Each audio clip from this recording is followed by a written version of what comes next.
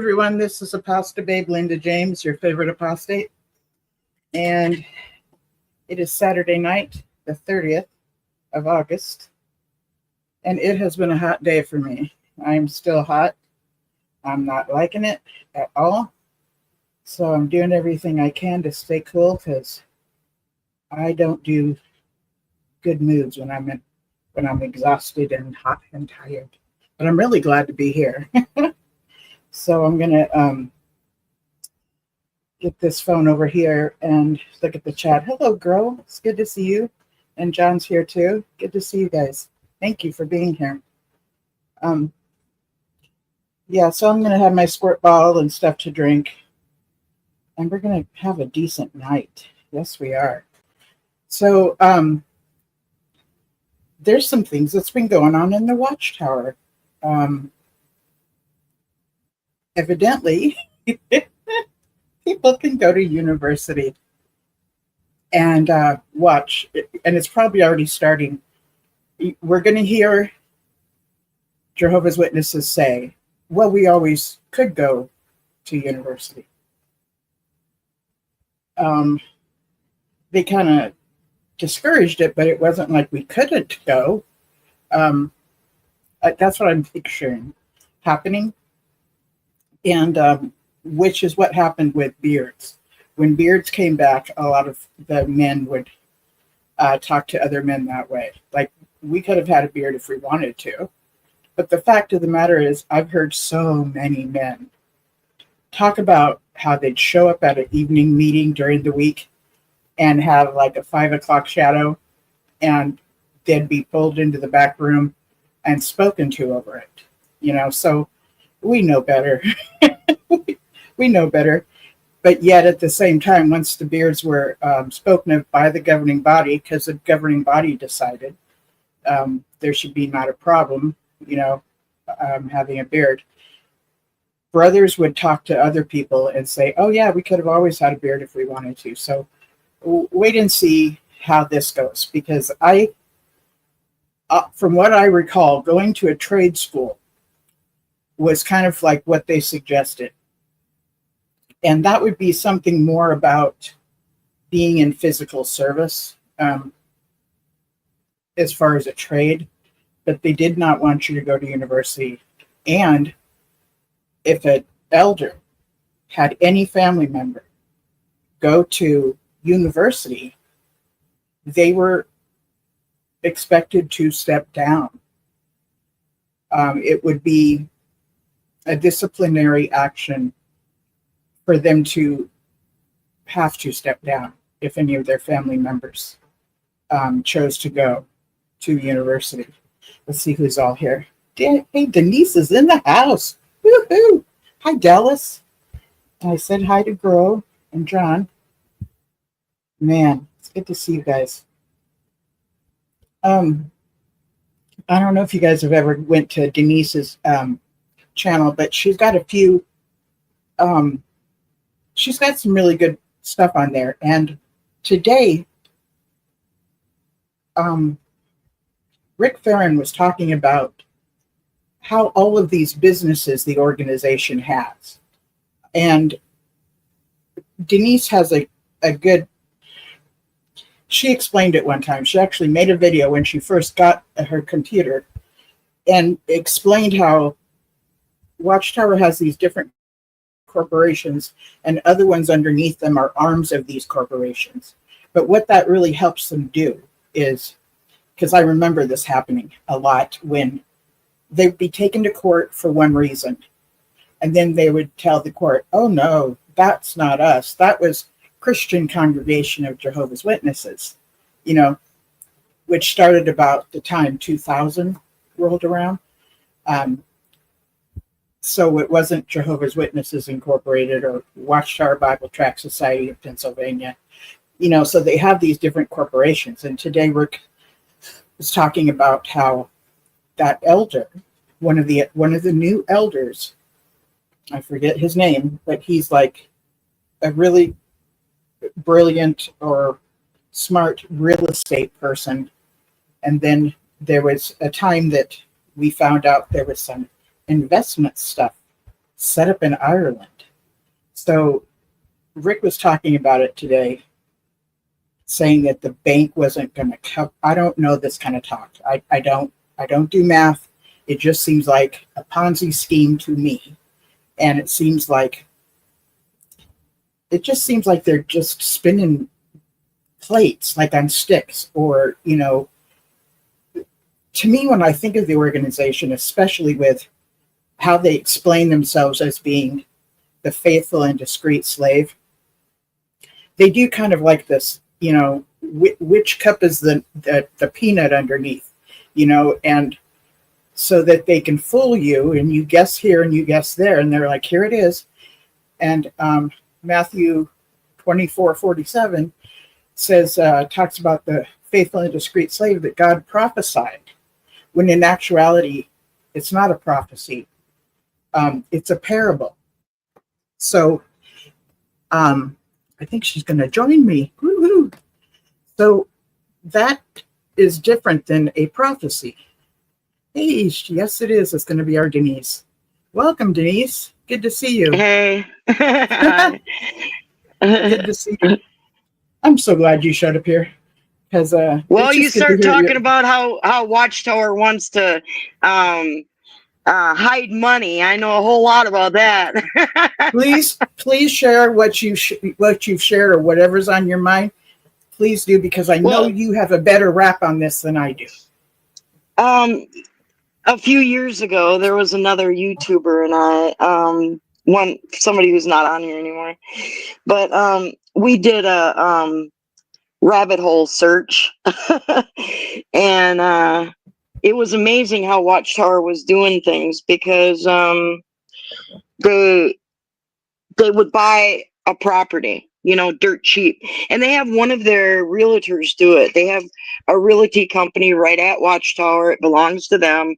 Basically, it's I guess another JW owns the real estate company, and they do all the finding of properties for Watchtower. Okay. So Watchtower gets these properties really cheap, dirt cheap, and what they do is they go in and they buy the whole neighborhood out. They buy all the people out, all everybody out, and then they go to court to rezone the place for what they want to build on it. And when rezoning comes up, they put a notice in the paper that if there's any neighbors that want to complain about changing the zoning, they can go to this hearing. Well, there's no one left in the neighborhood. You're right. So they automatically get to rezone it. And while they're fixing the places, these houses that they bought out and condos that they caught out, they have these people staying in there for free and help build the place. Okay. And when they're done building it and all the people go home, then they take and start selling the places. They sell the property that they were focused on, and then they sell the houses and the condos and all that stuff back, which there's a lot of money that rolls through real estate in Watchtower. Would that be called flipping it? So then they flip it? No, it's fraud.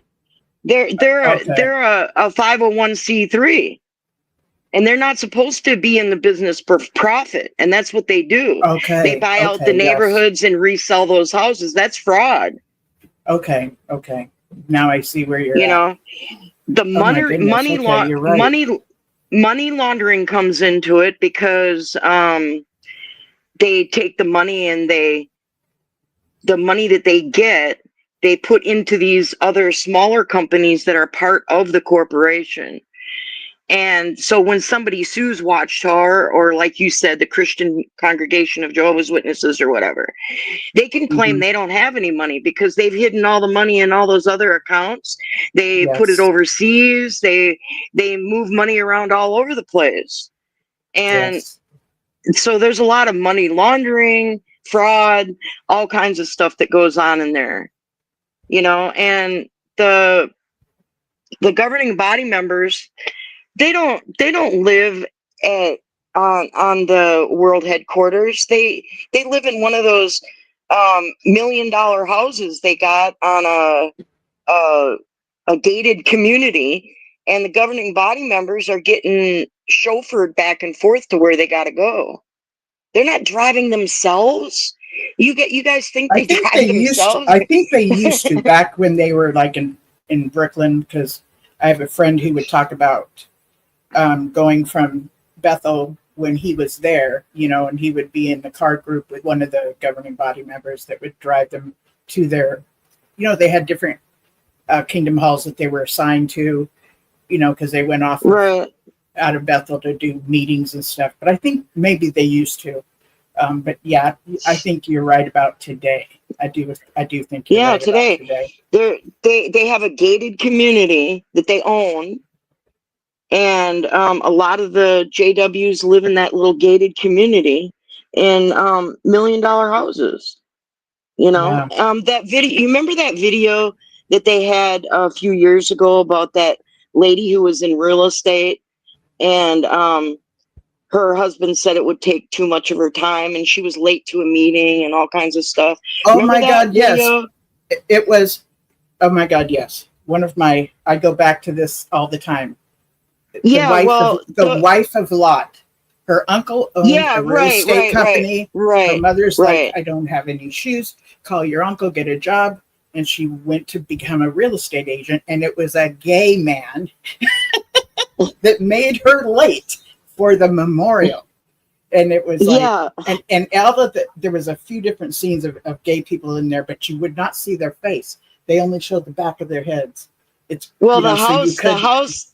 You remember the house those people lived in that video. You remember the house they lived in? That's one of those houses that Watchtower owns. They filmed it in their own house they own.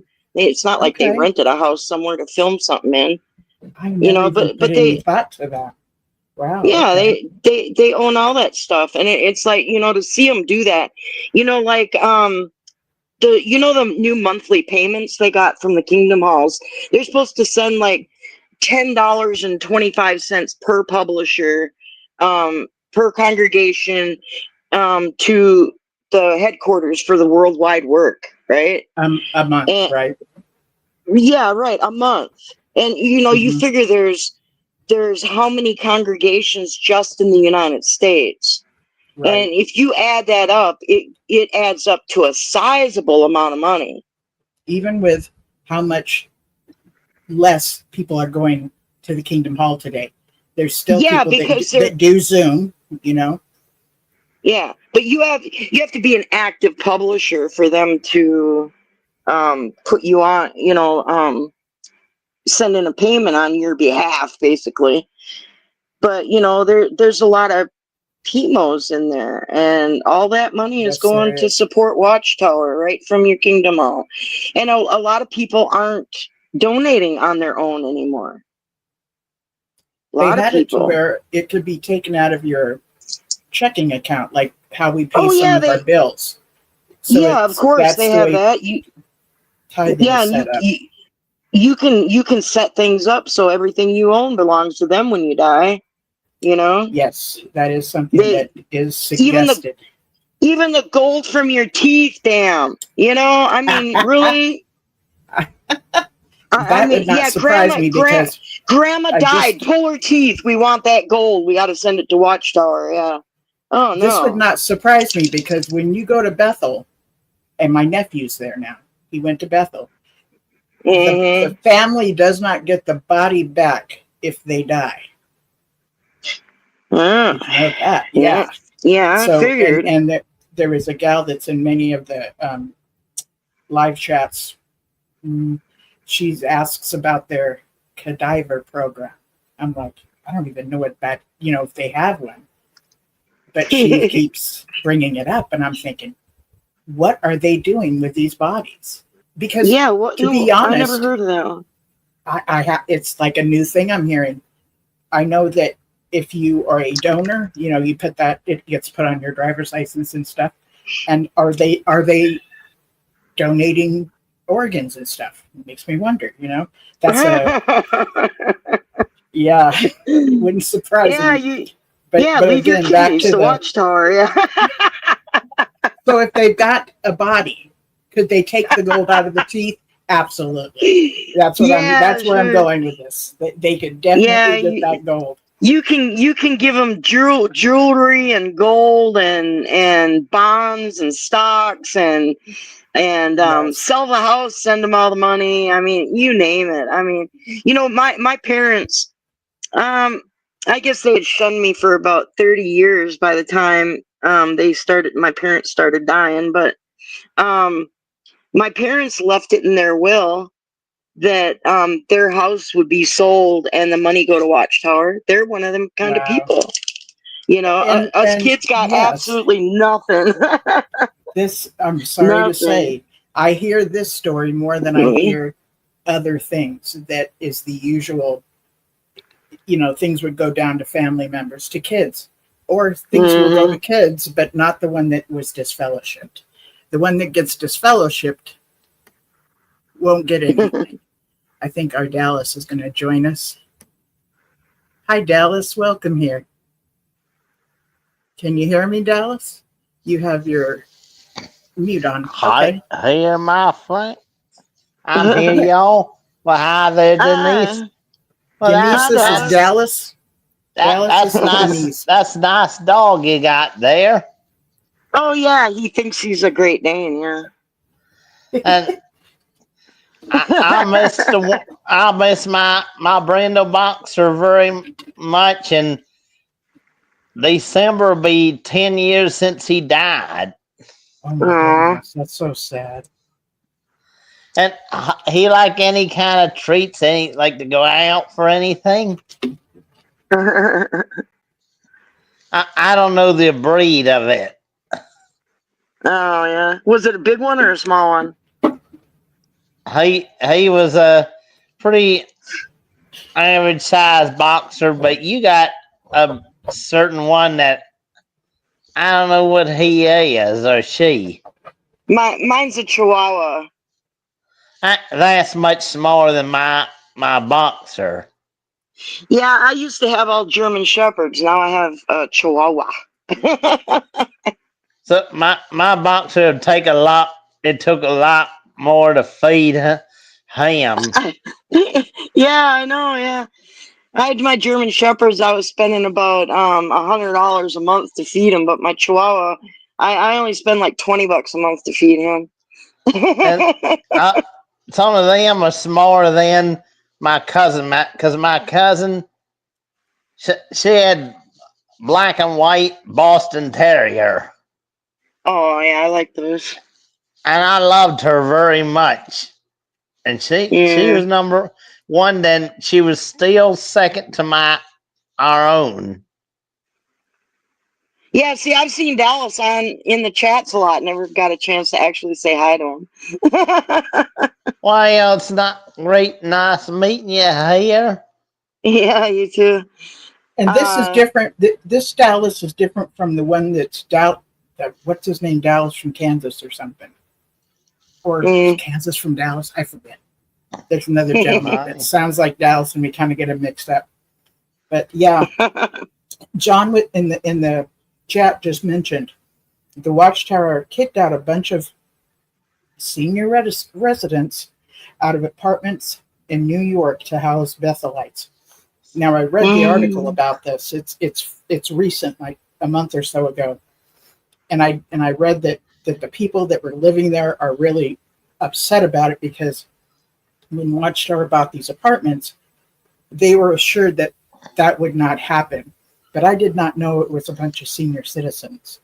That makes me think it's like, that makes me wonder if it could be, they do that they do that every once in a while. Just turn them all loose. I'm sure that's so they don't have to take care of them when they get older. Don't have to do all that stuff. I mean, everything is to protection for Watchtower. It doesn't care about its people. I absolutely. Exactly. I mean, they don't give a damn about you. No, not they one don't give lick. a damn about y'all here or about me either. Oh, I don't know. They're inquisitive enough to watch videos. We know they watch our videos. So hey, you know, sorry, Watchtower, if the truth hurts, but yeah, it's I- pretty bad. They Yeah, don't too many rabbit holes, Watchtower. know way out to start calling it a witch. They're really a witch tower.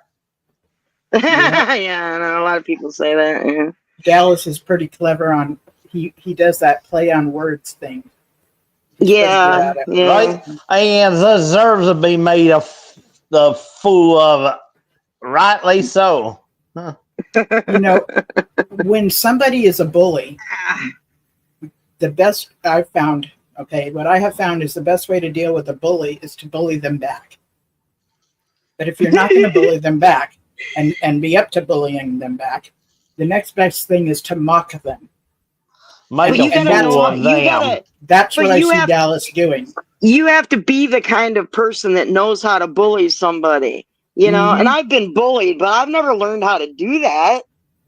I think One there's a day- special skill to bullying people. Absolutely. One day I went outside and yelled at the guy that worked here, the maintenance guy, because he was yelling at my roommate. And all of a sudden I got up there and I went outside and I started yelling at him like a yard duty teacher, just yelling at him because he was yelling at my previous roommate. And she was like a very petite blonde.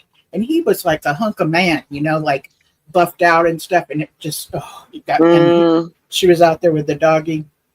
But anyways, every so often I turn into like a yard duty teacher and I tell people what for. But what's happening in California is Gavin Newsom has been putting out these tweets on X, and what he's doing is he is mocking Trump. So he's actually sending out these messages in such a way that it's almost imitating Trump, and he's doing it to upset Trump. Yeah, today's big rumor was Trump is dead. Well, he wasn't on the schedule for 3 days. This weekend is a holiday weekend, so for him to not be on the he's in schedule, hiding. and maybe the man needs a nap. Okay, I don't care for him, but hell, I don't know he how could use a nap. He could use a nap, and he could use a weekend away from everybody. But his personality is so, like, you know how there's introverts and extroverts. He's definitely on the extrovert side, and Oh yeah. he's sending out tweets on his Truth Social all the time. But yeah, you know, he's not afraid to say what he thinks though either, you know. So. I remember that the first term thinking, oh, somebody needs to get that smartphone away from that man because of the things he was putting out. I've just never seen. I can't believe it. He's got his nose in Iran, Iraq, Russia, Ukraine, and now he's going and picking on Venezuelans. I mean, he's got a whole vast amount of people doing his work, I guess, but he's got his hands and nose and everything everywhere. Man, that guy's busy, man. Busy. Gee. Yeah. I don't know how he can do it at that age. At that age, I mean, to keep going like that, boy. I don't know. Yeah. Yeah, I don't know either. I mean, I don't care for the man, but I do hope he's doing okay health-wise. And if the man needs some, you know, rest and relaxation and some vitamins, juice or something, I hope he gets it. Alex Jones thinks Trump is ill. Lots of speculation. Yes, there is a lot of speculation.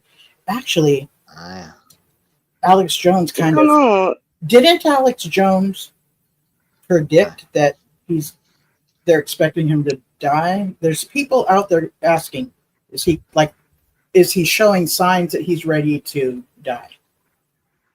We're all not doctors, but there is some concern with nobody knows when you're gonna go.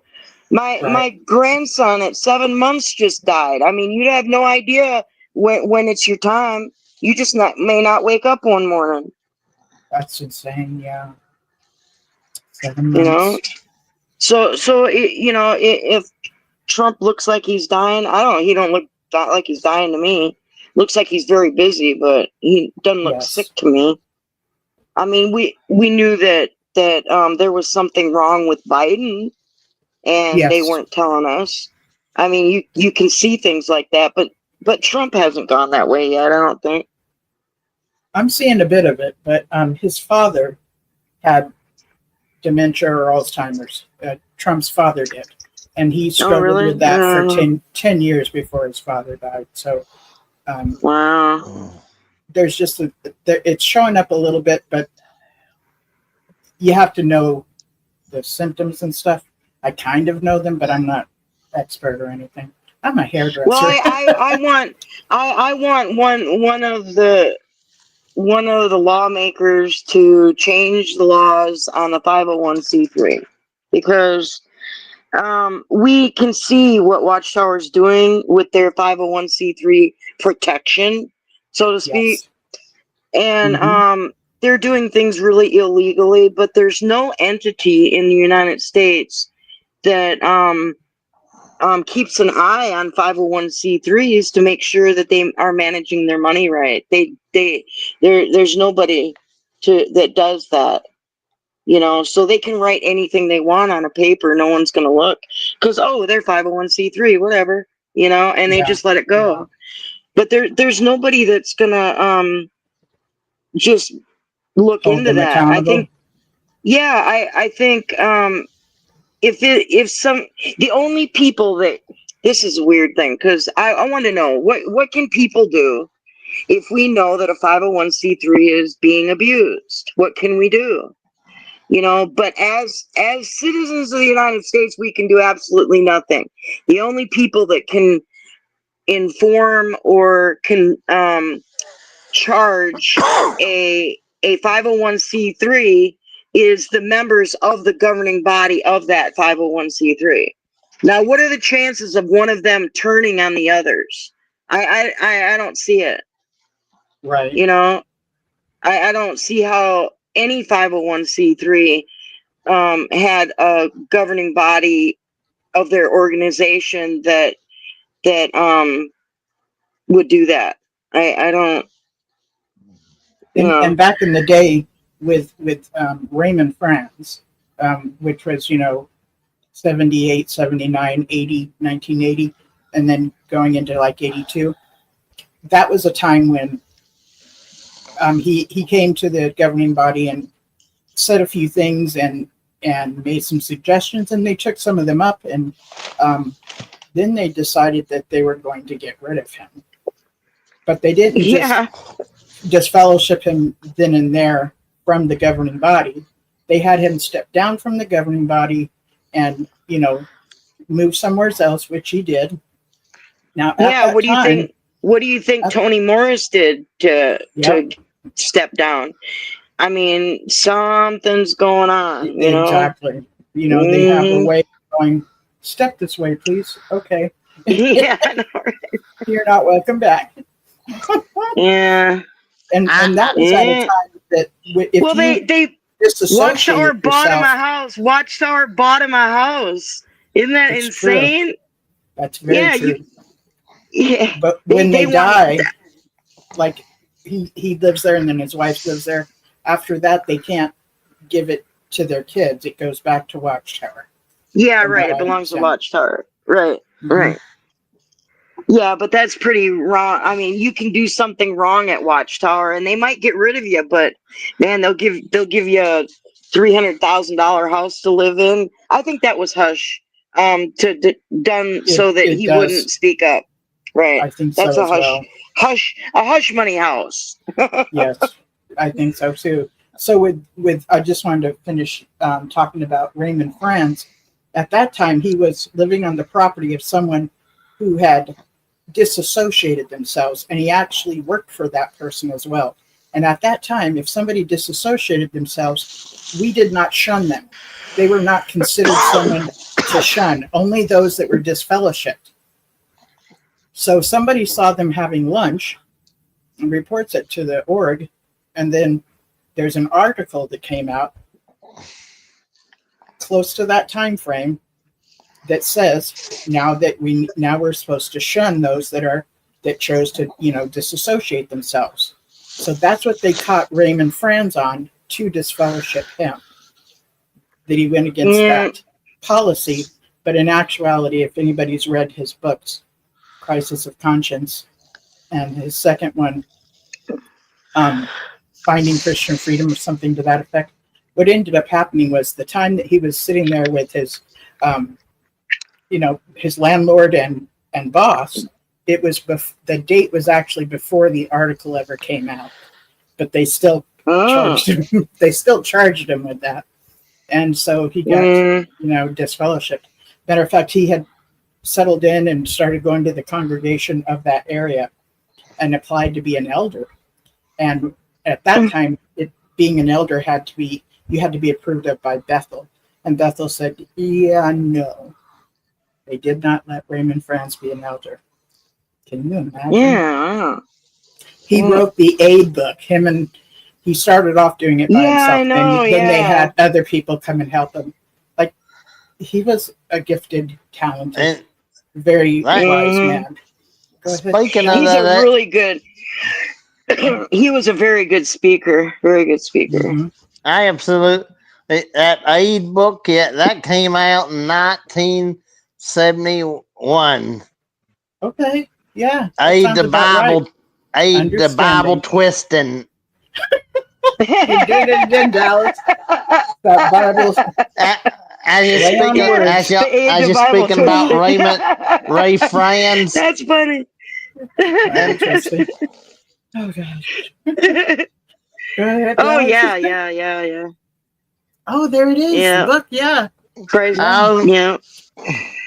That I own it, man. It used to be pretty expensive, and it's really not at this time. I think the price has gone down, and it's available on Amazon. But guess what?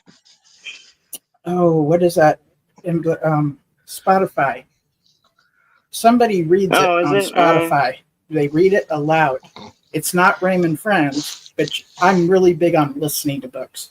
You can listen to it on audio, which I've listened to a little bit on audio, but not enough to remember. But I got the book and I can follow along with audio or just read it. Mm-hmm. And it's thicker than I ever thought it would be. So it's some serious reading. It's good you have the book because there's those pictures in there of Watchtower literature where he's quoting things from Watchtower literature. You don't have to be you can just be the lowest on Spotify to be able to listen to it. You don't have to be like a premium member of Spotify to listen to that book. Yeah. So I just wanted to bring that up. And the same with the Christian Freedom book. Anyways, now that we've gone down memory lane, Watchtower, Rick was saying that Watchtower has about 200 different corporations. Oh yeah, easy. That's exactly what they are. They're nothing but a corporation masquerading as a church or a religion. That's it. Mm-hmm. Yeah. I tend to think that the religious portion of this corporation is kind of like a front, and it makes it so they can have that 501c. Of course. I mean, who wouldn't miss the chance of buying and selling real estate tax free? I mean, really? And most JWs have no clue. I mean, they just don't. They don't. Man, I didn't know until I was in my 40s that they had their own real estate company, and it's right there in the headquarters. See? You saying this tonight is the first time I heard that it's right there in headquarters. Right in headquarters. Yeah. Yep. That's amazing. I forget what it was called, something Watchtower or Watchtower something real estate. I forget what it was, but yeah, Mhm. it's right there in their building. I couldn't believe that. I was like, what? They got their own real, everybody, that's one of the things about the organization, because everybody that's in there has all these different skills and stuff, you know? Yeah. And they got people to do all that stuff for them, people that were educated to do that, Mhm. And yeah, and they just use the heck out of their people. Oh my God. Use them, use them, use them. And when they break and they want to sue Watchtower, then they say, "Oh, yeah, we don't know anything about you," you know. They, Yeah. yeah, they, it amazes me. Court There was case this after one. court case. Go ahead.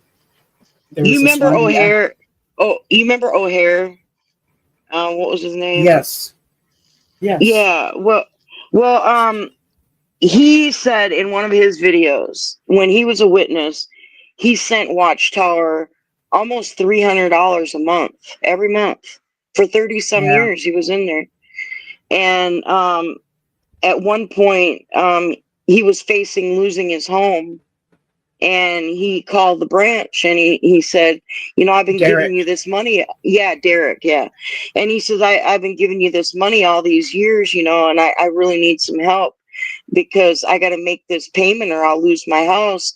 And they said, we don't do that.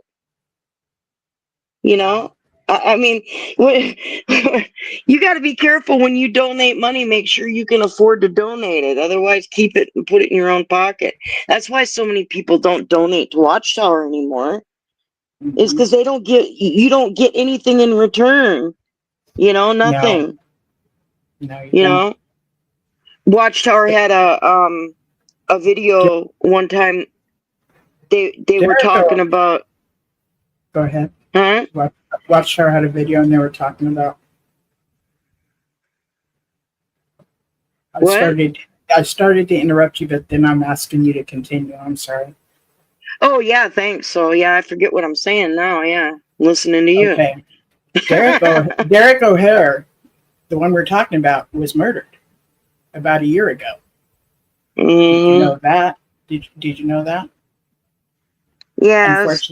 Unfortunately, it was somebody that he'd known for a long time, and it went. The guy went.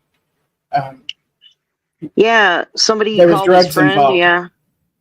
When there's drugs Hmm. involved, things can be very unpredictable, and it was quite tragic.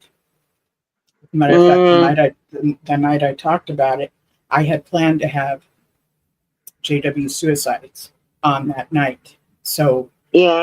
and she was definitely a fan of his. I mean, he was like a blaze run, like a blaze trailer. I don't know if I'm saying it right, but like Trailblazer. thank you. That's what I'm talking about. The way he would approach the organization, he had a bullhorn. He would just repeat things, Yeah. exposing them out loud, and hilarious stuff. Hilarious the Yeah, way he that was. my favorite one when we went to that assembly and stood up and started yelling out into the. Oh my God, gee. Mm-hmm. Yeah, it took him a while to get him to be quiet. Yeah, he just It keeps on did. going. It Yeah, did.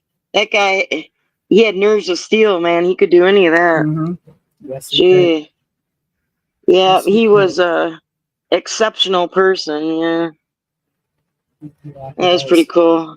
Yeah, I really liked watching his videos that he put up. You Me know, too. really enjoyed it. I miss him. I do too. And he was like kind of on a break, like so many people do that does this kind of stuff. They're kind of on a break, and then something might come up, and they might do a video here and there, or they'll just kind of get back into it. And there's seasons, Yeah, here and there. yeah. There's a lot of XJWs and even people that have not been XJWs that have actually gone to jail for fighting Watchtower and stuff. They get charged with harassment and all kinds of stuff. And wind up going to jail because Watchtower doesn't like people going around spreading their dirty laundry. That's right. Yeah. Yeah, they'll shut you That's down. true. Look at what Watchtower did a few years ago. Remember, they started going after YouTubers. Who are you? Where are you? Because a lot of them don't use their own names, Mhm. and yeah, and they wanted They to went know who after. they were. Yeah, Yes. JW suicides too. Yeah, Yes. yeah, That's right. and And a lot of people it shut them down. You know, Mhm. but there were a few that just kept going. You know, forget it. You know. Right. But yeah, there was a few of them. The one that has Dubtown Dave McFree or Kevin McFree. Oh yeah, Kevin Dubtown. McFree. Yeah. Watchtower was on him for like 3 years. Oh yeah. And then they were just on him. kind of dropped it. But he just like left They the might channel have the come way to it is. some kind of understanding. I don't know, but yeah, I've sent a lot of PMOs to that channel. You know, I they love really that get a channel. kick out of that. Yeah, a little humor into leaving Watchtower. Mhm. Yeah, but you Yep. know, those videos were so truthful. Oh my God. You know, That's a real man. talent. What he did was he Yeah. had these Lego pieces, and he would stop film. I don't know what that kind of film is, but that takes a lot of time, and he was brilliant with it, Mm-hmm. and Yeah. very talented. And yeah, it was Well, hilarious. he had 2 or 3 other people helping him do that because he's Okay.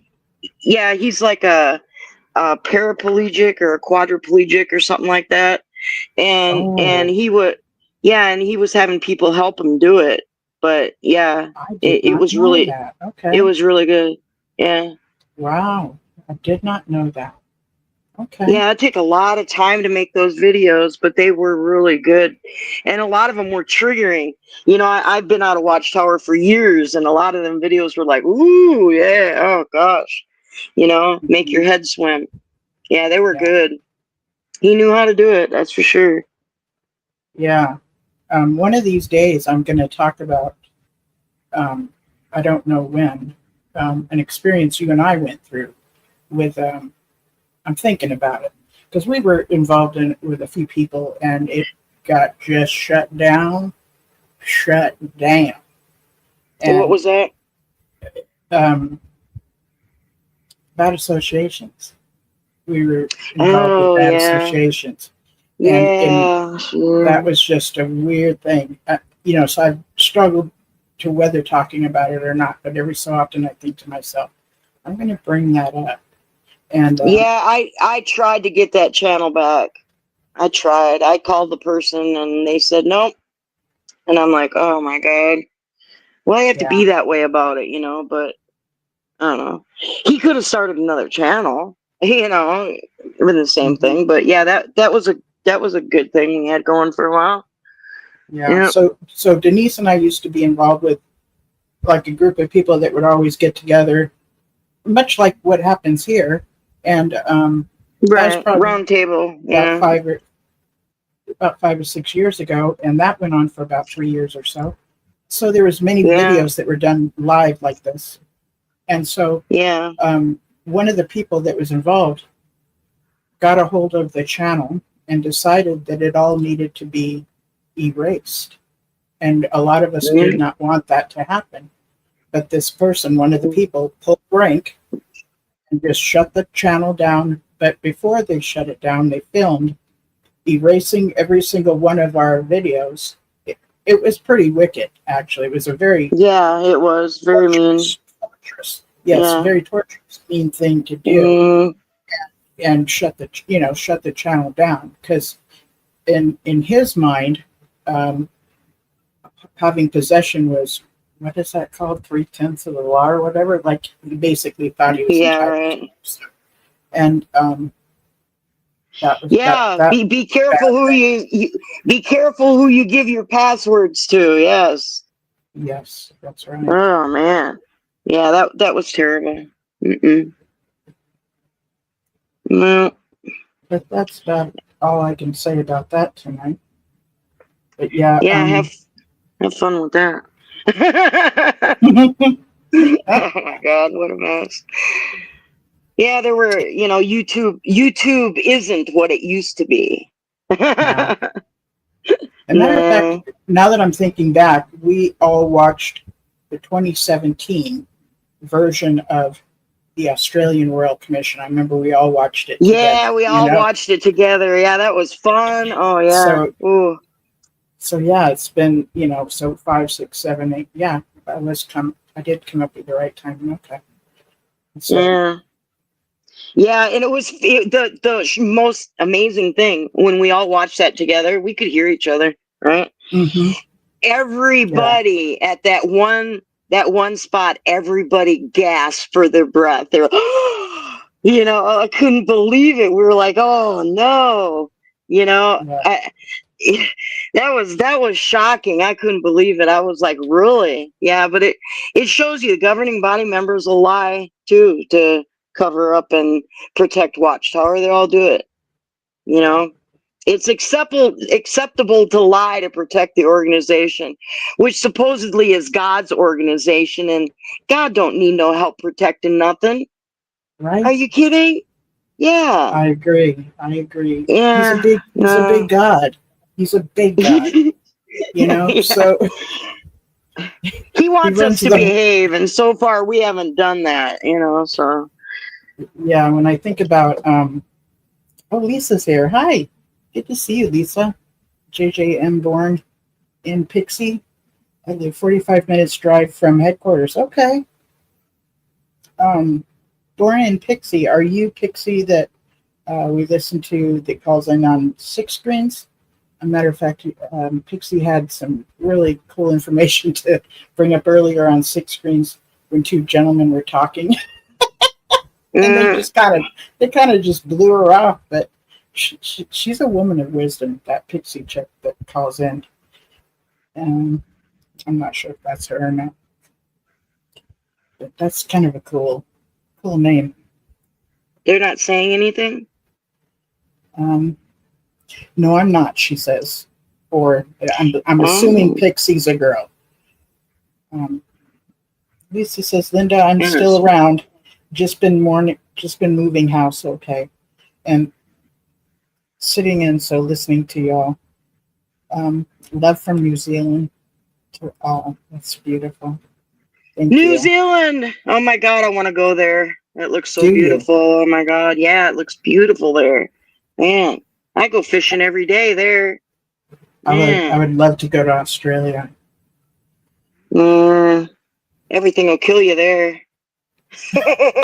I've seen some pictures of spiders like this big. Get attacked by a kangaroo in the front yard and you're dead and never make it home. Those There's things a are gentleman. mean. That's what I heard. Porter is his last name. He has a channel, and he just kind of talks about whatever's on his mind lately. Can't think of his last name, but I can't think of his first name, but his last name is Porter, and he's in Australia. And Wow. he and his wife is still a JW. He is not. And he'll just talk about random things, and it usually ties into something that is about the Watchtower. It's amazing. Really. Linda, we had talked on the phone before. Is that right? Okay. I live in the country. Oh, you now live in the country? That's nice. And, okay. Born in Pixie. Okay. In about 10 minutes or so, and I'm giving you guys here that's here. In about 10 minutes, I'm going to talk about, because I'm letting y'all know so that you can leave if you want to, or you can stick around. It's up to you. But in about 10 minutes, I'm going to talk about the shooting that happened earlier this week at the Catholic Church, because that was pretty traumatic. And yeah, it was pretty traumatic. The school shooting kind of things. Yeah. Yeah, it's gonna happen everywhere. That's the thing these days. It's And people bizarre. like realize that we've done that to our own children, you know? Yeah. Yeah, it's unreal. Too many kids raise themselves with no parental control or no parental guidance in their lives, they just Right. have babies, send them to school. They say, oh well, I don't need to teach them anything, they'll learn everything in school. Kids don't, they grow up and graduate high school and don't even know how to work a broom or a mop. you know their Yeah. parents haven't taught them and no one else ever taught them either. It's, man, I think we were pretty much self-sufficient about 9 years old in our day. Yeah. Yeah. We take care of ourselves, yeah. These days, though, man, kids, they get into nothing but trouble. Nothing. I mean, and see, that's another thing. Um, when you have your kids involved in sports and some things around town, ballet or something, that's something that keeps them off the street and it gives them community with other people. When we were growing up, we weren't allowed to do that because that would have been associated with non-Jehovah's Witnesses, and that Well, was like I grew up. poo-pooed upon. I grew up at JW, and everybody in the neighborhood knew who we were, and I think maybe it was just the way community was when I was young. But if the neighbors saw you doing something you weren't supposed to, um, they'd call your parents, and your parents would know what you did and when you did it before you got Mm-hmm. home. Yep. And I mean, the neighbors knew whose kids were whose and where they lived and all that. These days, people can see kids they don't know where they come from. Mm-hmm. I mean, nobody knows neighbors anymore. Yeah. I think back in the day when everybody was more friendly with their neighbors and stuff, I think they kept better control on their kids because the whole village was doing it.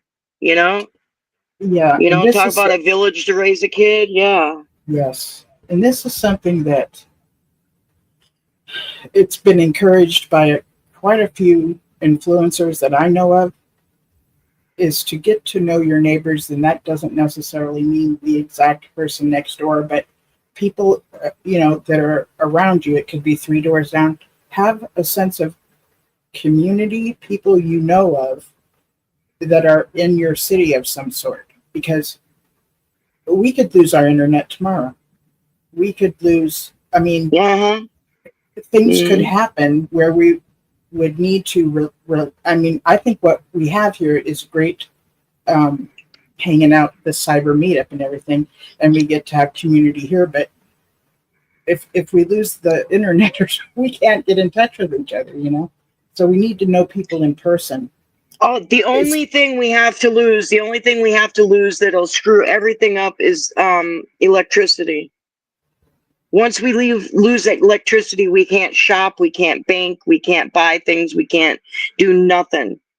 yes, Just electricity, that's all it would take because that'll shut everything down.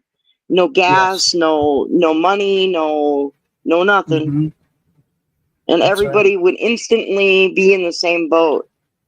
hmm That's true. So as far as just losing the internet, I don't know. A lot of people know how to live without the internet. I mean, we know how to live without the internet. We grew up without it, you Right, know. right. But a lot of people now don't. I mean, the hmm kids today will starve to death because they don't know where food comes from. You know, Right. they'll be the first ones to go, man, I really wish I had some milk. Where does that come from? Yeah. Yep. I had one of Oh my my chickens goodness. disappear. One of my chickens disappeared. She'd been gone for a couple of weeks, and I think someone took her and wanted her for dinner or something. Oh wow. She been gone. That's the longest I've had a hen gone. I had a hen once that was gone for a week, and she came back like nothing happened. you know. But Yeah, on but the go ahead. I was yeah, interrupting you. but this one's been gone a couple weeks. I think there's something different went on with her. But It sounds like it. My daughter lives on yeah. the island of Maui in Hawaii, and Oh wow, yeah. chickens walk around there free range all over Maui Island. Like Yeah. They they're do in not in, Jamaica too. Yeah. and I'll be on the phone with her. I'm hearing chickens, you know. It makes and I grew up with my mother having chicken cage and everything, and it was my job to go feed them, and we had a rooster and we had rabbits and stuff, and so I have a little bit of that. We got the eggs and everything, but I just not used to free range being like that. Just they walk all over town like they own the place, and the natives are like, well, they do. Yeah, they I don't do. know Yeah. how. I don't know how this started. Well, Maybe it's just always been this way. they started because they were years ago they were raising chickens for rooster fighting, Okay. and some of the roosters would get loose. I guess once in a while they'd get loose. I mean, chickens do that. But they wound up with so many free chickens around there running wild that they just became one of the species of the island, And Right. I think it's hilarious. They changed the ecology. Yeah, they changed the ecology. Like all those boa constrictors in Florida, they don't belong there. They're destroying the environment. Yeah, it's not good to have the wrong animals in the wrong place. Yeah, you're right. Yeah, Okay, and those chickens weren't native there, so they're I'm sure they're messing up something. JJ Born in Pixie says, I'm originally from Orange County, New York. I had moved to North Carolina and lived there almost 9 years. I moved back to New York a year ago because my fiance died. Okay. Ooh. And wow. So if we've talked on the phone, did you used to make videos and your parents kind of owned a business? They were kind of well off. Might that be you? And then Lisa said, oh, wow, you've been in a few places. I've never left New Zealand, but I was born in South Island, and we moved up to North Island. Then I've now come back to South Island, and I love it. Okay. I was interviewed by Dan and Angela Clark on Six Streams 4 to 5 years ago. The interview is on SoundCloud, and then she says, yep, that's me. Okay, now I know who you are, darling. Thank you. Now I know. So she's blonde. She's blonde. Yeah, she's got a channel and talks about her journey too. Now, she was talking, her husband kidnapped her baby. I am sorry to hear about your fiance. My God. Because I know that you and him were just really loved each other. I know that was the case. I'm really sorry to hear about that. So important to be nice to everybody because you don't know what they're going through. Yeah, everybody's going through something. Yeah, that's true. It's terrible. That's very true. I think that today people are more isolated than before, and that's another reason why I'm suggesting that we get to know people, that if we need help, people we can call upon, stuff like that. People that we know, people that we know would have an eye on us, and we can have an eye out for them. I think that's there's a lot of XJWs that don't know how to do that. Of course they not. don't. We kind of did that if we were at the Kingdom Hall, but this is the thing. When we were JWs, and I was putting this in a comment the other night. Okay, when we were JWs, we were kept super, super busy just with what we were doing with Kingdom Hall stuff and studying and this, that, and the other. So if we weren't supposed to like get involved in extracurricular activities with worldly people. We were supposed to Right. only associate with other JWs. So that might work out if some parents got together and their kids were about the same age and maybe set up, something to play softball or tennis or basketball or whatever. But to keep that going, it probably wouldn't keep happening. And that's only if each work schedule worked together. Life as a Jehovah's Witness, it made it very hard to be in touch and to have like scheduled things Well, for that. the way I see it is that when you're a Jehovah's Witness, the people that are in the Kingdom Hall are pre-approved. They're all Jehovah's Witnesses, so you don't have to, any one of them can be your friend. Sure, True. they're not all going to be your friends, but they're all okay to be friends. So when you get out in the real world, you don't know how to pick your own friends because you weren't given those skills growing up of how to judge people in that way, whether you want to be friends or not. It's Yes. a skill that you have to learn actually, and when you get out, you find out, oh my God, I don't have that skill. How do I do that? Yes. It's Yes. a little scary, and trying to live in the real world but not know how to talk to people. It's kind of weird. Mhm. You grow up Yes. talking to people at the doors, for the ministry and stuff, and when you get out, you don't want to talk to nobody. Yeah, there's kind of a seclusion time, and Yeah, it that is. might be because we're still, we're just learning how to function, and so assimilating into society at large is a new thing for us. We're going into That this was area where we were taught everybody was under the influence of Satan except for us JWs. And if Yeah, we leave the right. JWs, we're going to go hang out with those under the. As a matter of fact, we're now under the influence. The devil. It's like mind fuckery all the way around. But Yeah, to the get to things we that were place, taught were so delusional, right? mhm, God, I don't know where they come up with that stuff. it just Like stopped us in all kinds of places. yeah, It it's all stopped about us in all. control. Mhm. Yeah, all about control. It And controls them, do it. Yeah.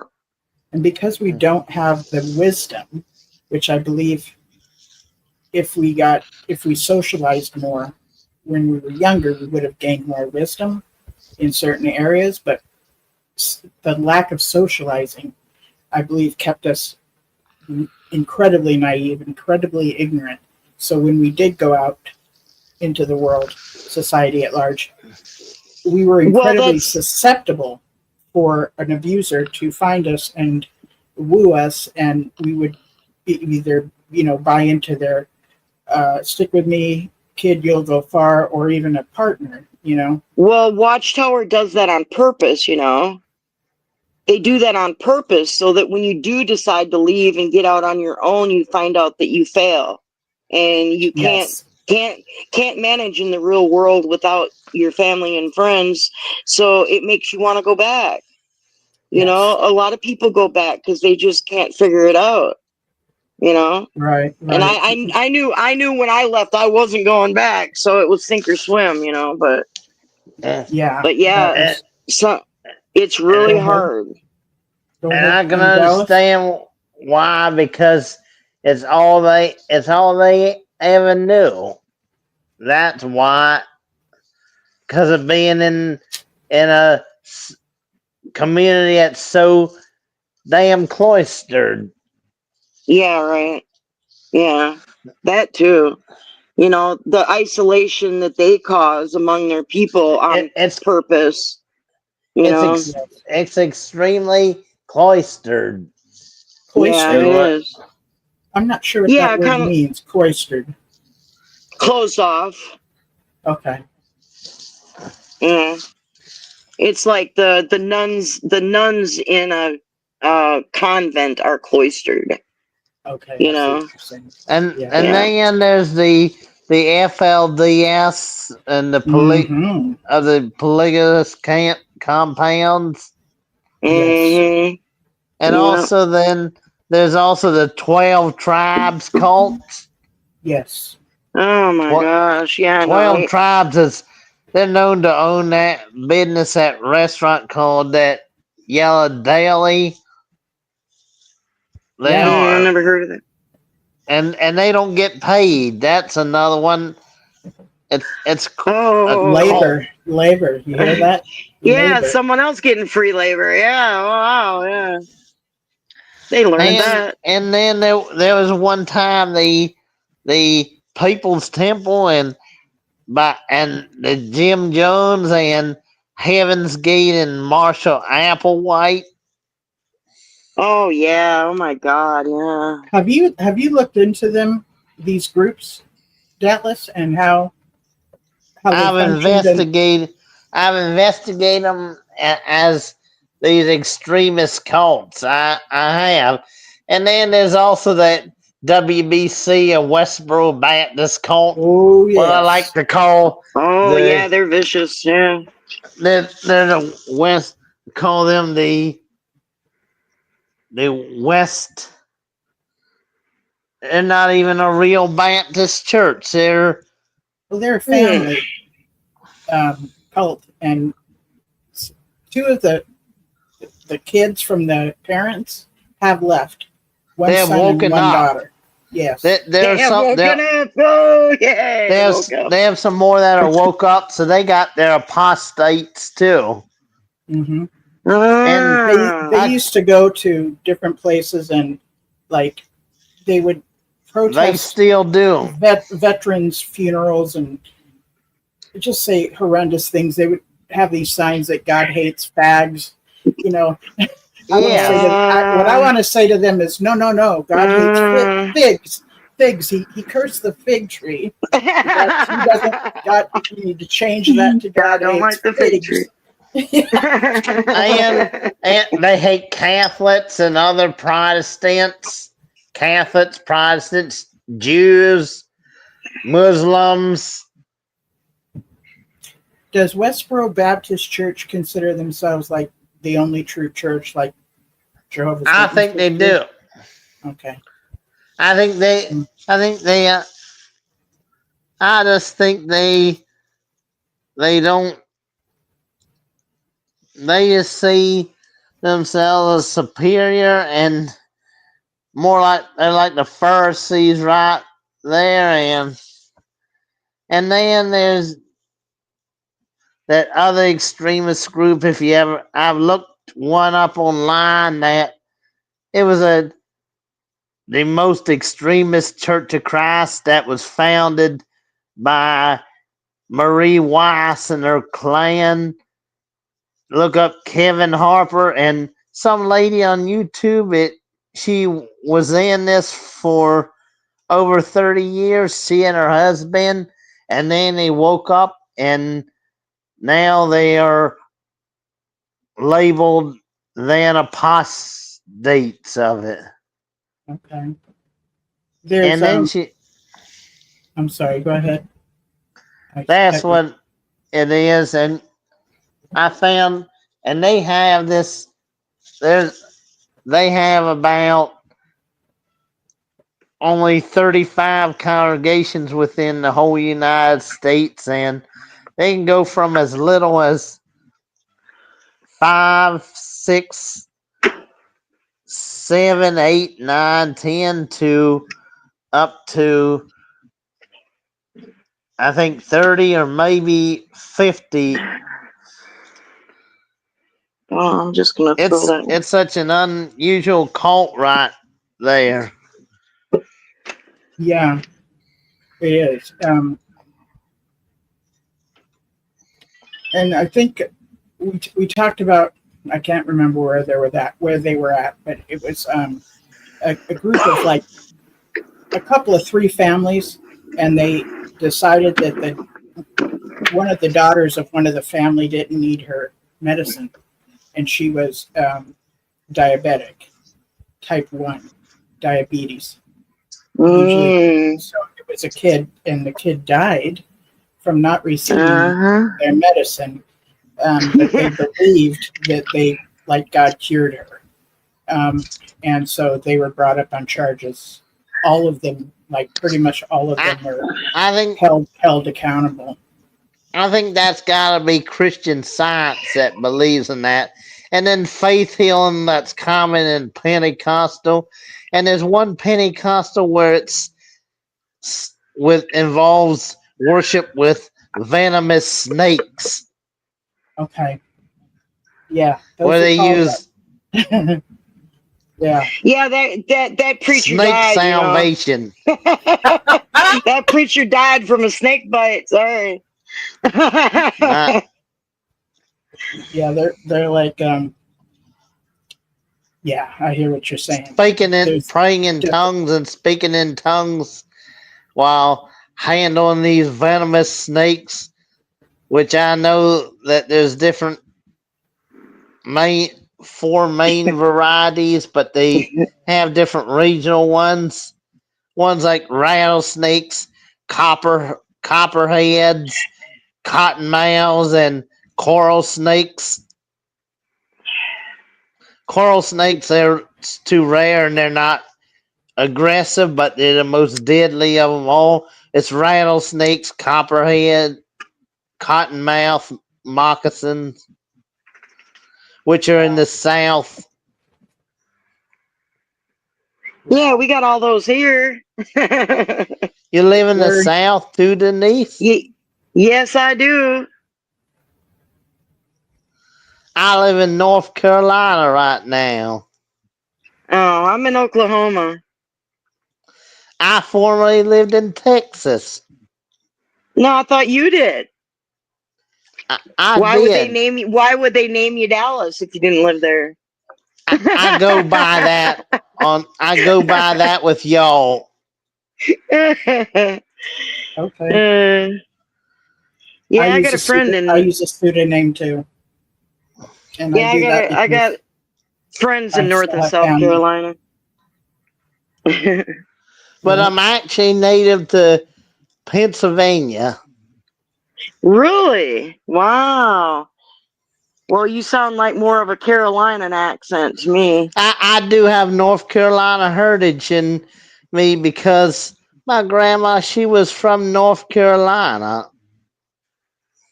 Well, most of my family's Texans, but I don't sound like one. I have a family, a couple of generations back from Texas. Yeah. Yeah. Yeah. But I think that Linda maybe she'll be going back to the east sometime, Me? visit the East Coast. Maybe so. Yeah. Maybe so. It can be very pretty in the fall. It is. Oh, I believe you. In the And fall, you know those what? leaves change. Yes. Yes. I I'm very. Well, they change here too. They change in Oklahoma too. They Usually. do too. Absolutely. Yeah. I asked somebody who lived in Florida once. I said, "What's the difference between what do the trees do? And do the trees go?" I thought that trees went dormant for the winter everywhere, and evidently they don't, because they said, "Well, the trees lose their leaves, but they grow right back." I mean, Matter the of trees fact, don't it's- stand. Yeah, the it's trees the- aren't bare for months at a time. It's weird. Oh, okay. Okay. They don't change. Certain ones change colors. They become from green to different colors. Yeah. Yeah. There was also there's online cults that are very attractive that are popping up everywhere, and Online cults? I don't think Yes. I've heard of them. What are they like? so one of them is called Twin Flame Universe, which sounds Okay. very close to university, and I think Netflix had a special on them. So Twin Flames Universe. So Hmm. they guarantee that they will set somebody up with their twin flame partner. Okay, and it's a husband and wife leadership.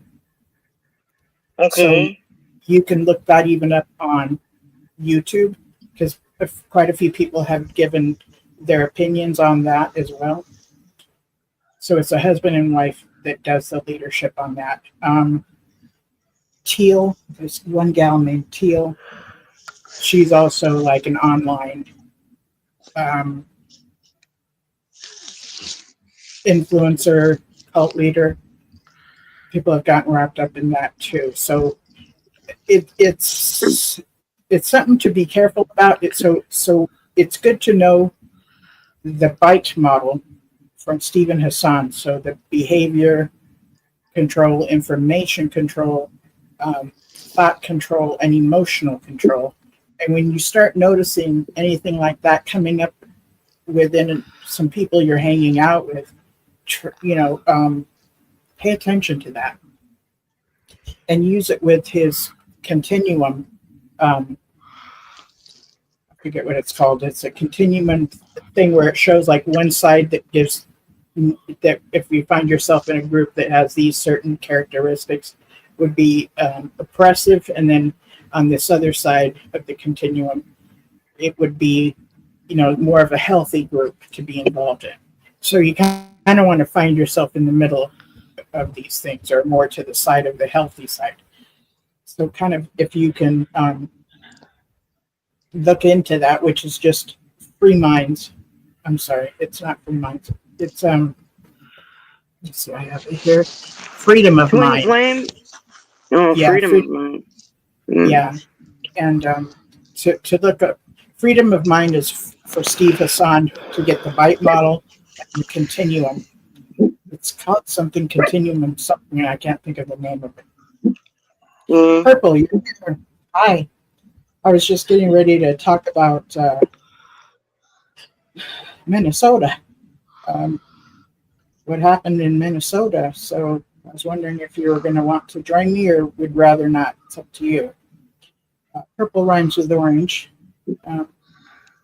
Lives in Minnesota, and this event happened earlier this week in Minnesota, where this Catholic Church. Yes. Is she coming? Is she coming on? I'm not sure yet. I invited her the other day, and she says, "Give me about 10 minutes, and I'll join you." No problem. I appreciate your reply. Thank you. 10 minutes. Well, 15 I'm minutes, good with that. yeah. I'm gonna back out of here, girl. I'll listen on the other side. Okay. Thank you. All Thank right, you for bye. joining me for that. Section. Well, You really, take care, Dad, Denise. Yeah, you too, Dallas. Nice talking to you.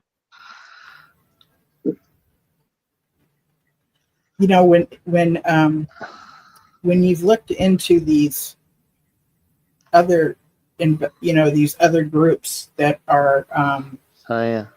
considered cults, right? Did you see any similarities to the Watchtower with any of them?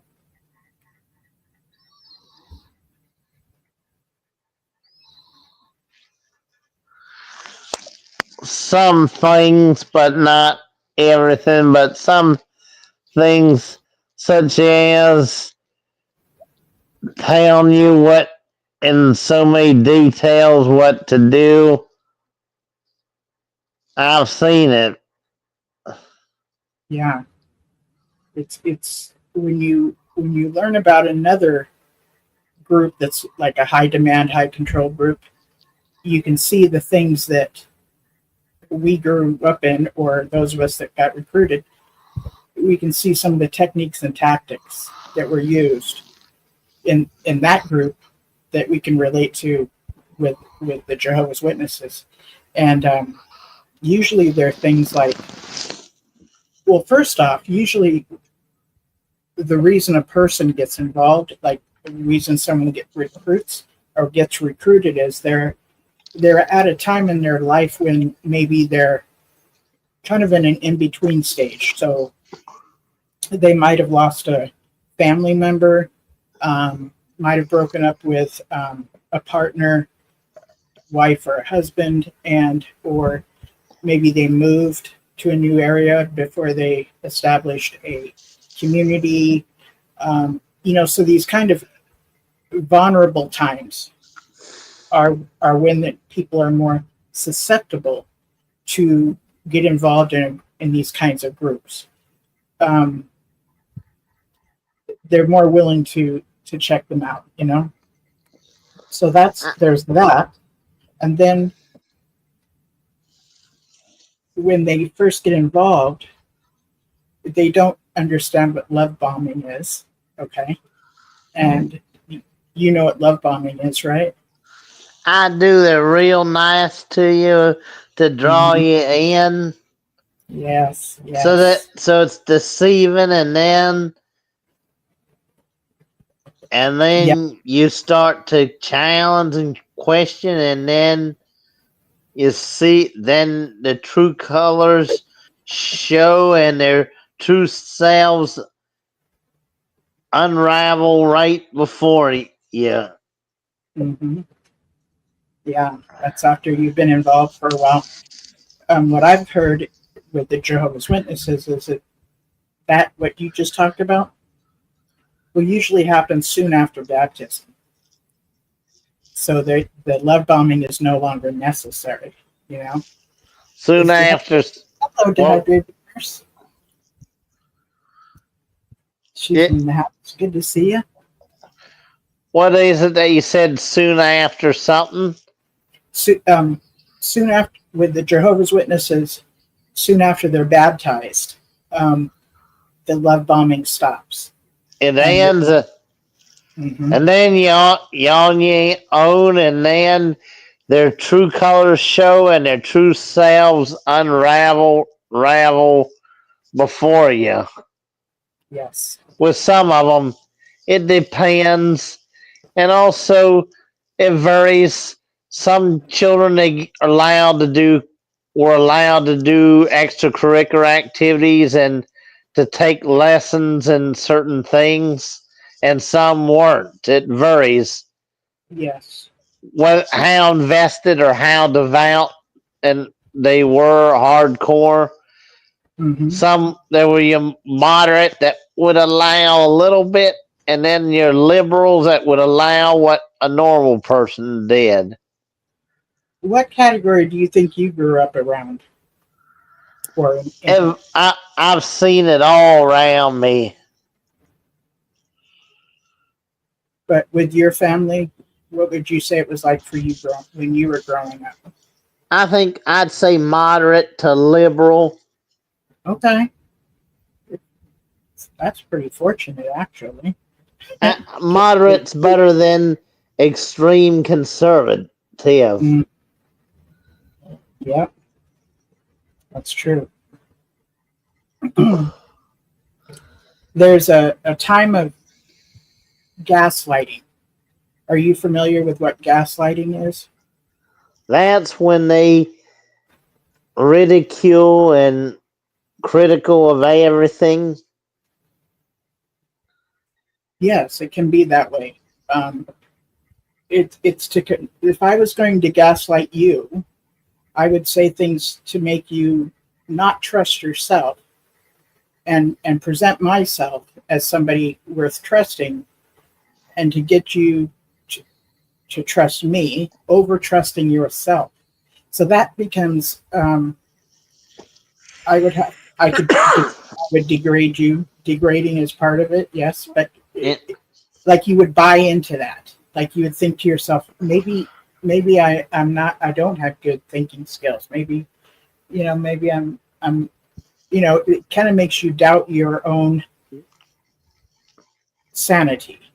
Saying that you can't trust your heart and that it's evil, Yes. that kind of thing. Exactly. That's what the so Lord you'll does to us. So you'll be dependent on them, and so that you have to. That dedication is you're obligated to accept whatever they to be spoon fed and to eat whatever they spoon feed you. Exactly. We're not And so- children. We don't need to be spoon fed. Being here, we had put away childish things. Mhm. And they would use that as scripture to get us to become more reliant upon the direction of how the organization would direct us. So they would associate, they get us to not trust our own intuition, our own heart, our own reasoning skills, and suggest we trust God. Which, yes, that sounds like a great idea, right? But what God is to them is the organization. It's intertwined, So trusting God means trusting the direction from that organization, because we were gaslit to believe God is using this organization to talk to his people, like God used Moses to talk to his people back in the day. We were told that God has always used someone or an organization to speak to his people. Like that's just the style of God, right? So if that's Yeah. always been the character of God, and then that's presented to us, let's see, are you going to trust yourself or are you going to trust God? The more wiser choice is God. And then you find yourself doing the things that you've been directed to do, even though it goes against your gut instincts, it goes against your heart, it goes against your own reasoning skills. And that's when it really affects your psyche, to be doing things that you would not ordinarily do, but you're doing it in a place of wanting to be obedient to God. And it's just a really bad place for the psyche, when you're instructed in that way. People often think that those that were in cults or those that are in cults are stupid, and they're not. They're not. They were deceived, gaslit, like what I'm talking about, right? And it by con people, And unfortunately, the organization used other devout believers to go out and recruit others and they were true believers. So, which is different from having a con person recruit us. We might be able to pick up on that person's conning us, but when we have a true believer at our door or giving us a Bible study, they are true blue believers. So we're not picking up on that kind of they're BSing us. They're being sincere. So you know what I'm saying. So we don't pick up on BS because they're not BSing us. They're truly giving us what they truly believe. That's what they're teaching us. So yeah, so it's that place of getting ourselves to rely on this organization rather than ourselves. And yes, as a Christian, relying on God is part of being a Christian. But within this organization, we were micromanaged on almost everything. We did not have much freedom in our choices.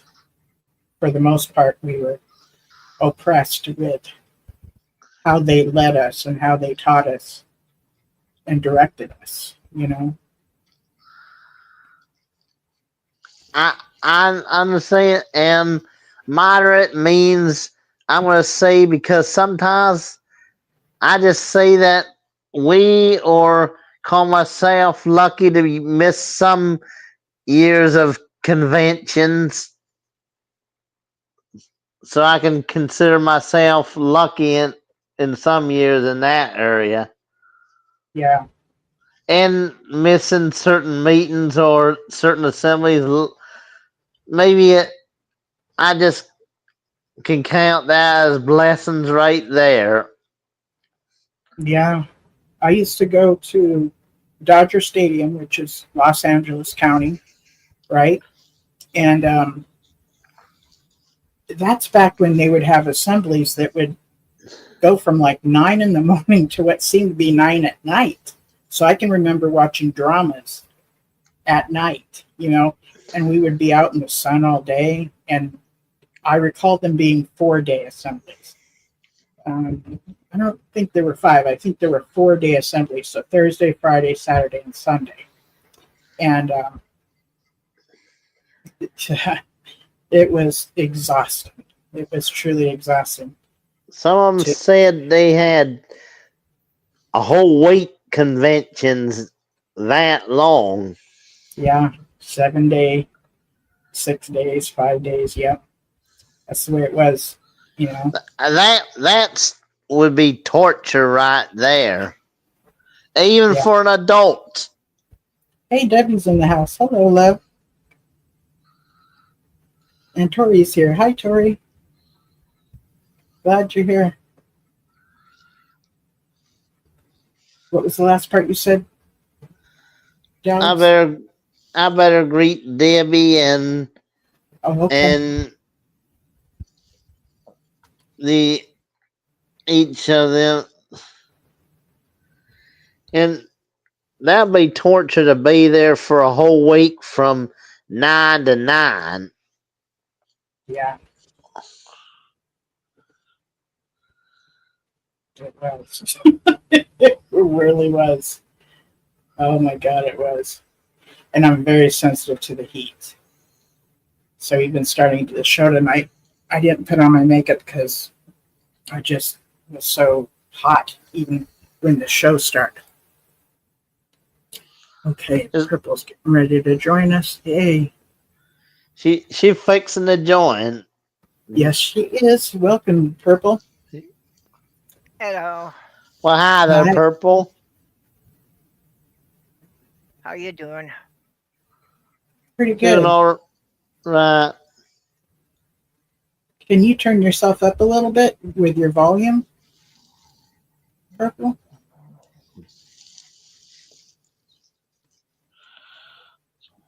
No, on my microphone, I think I can only turn it down from here. I think I'm up as high as I can go.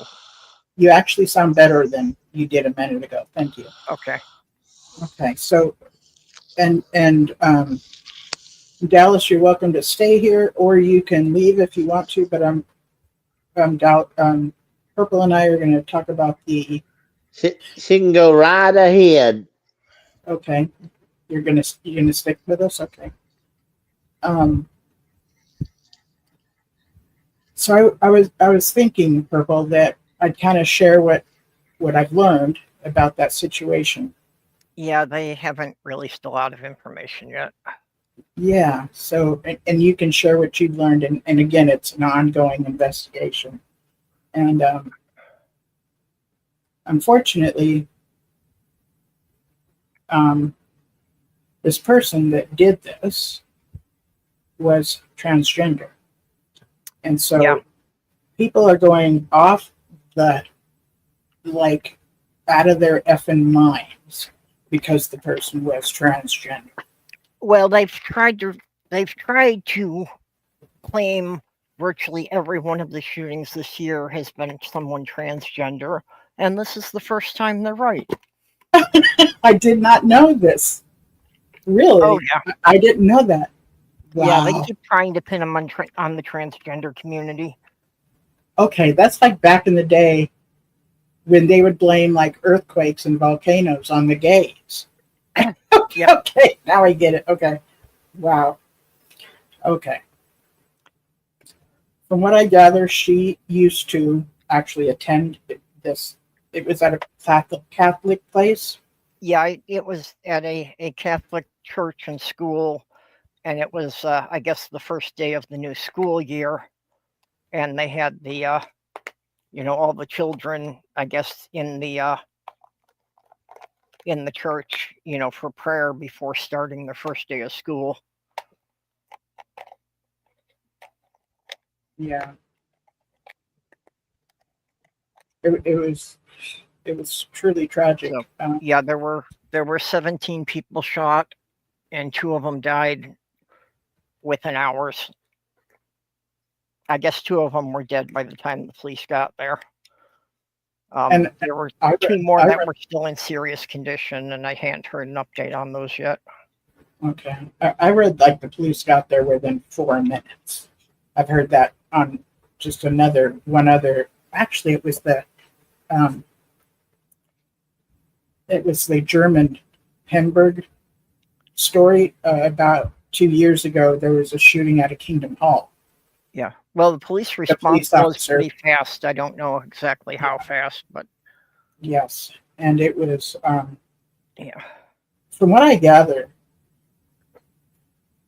this person was involved in I don't know what you call this, a group that kind of just they hang out on the internet, they talk all this stuff about like they worship, almost worship and idolize people from past shootings, past mass shooters.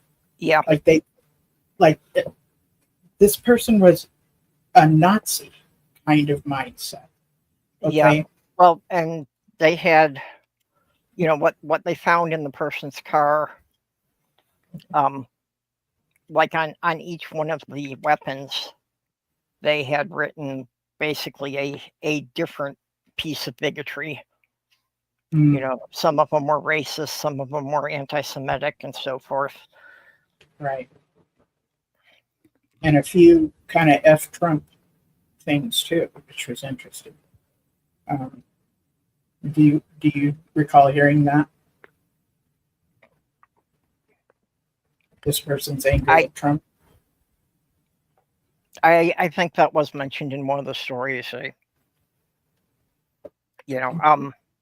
Honestly, I do not watch as much news as I used to because I have a desire to remain sane and trying to find that balance. Trying to find that balance between staying reasonably informed and staying sane has become increasingly difficult.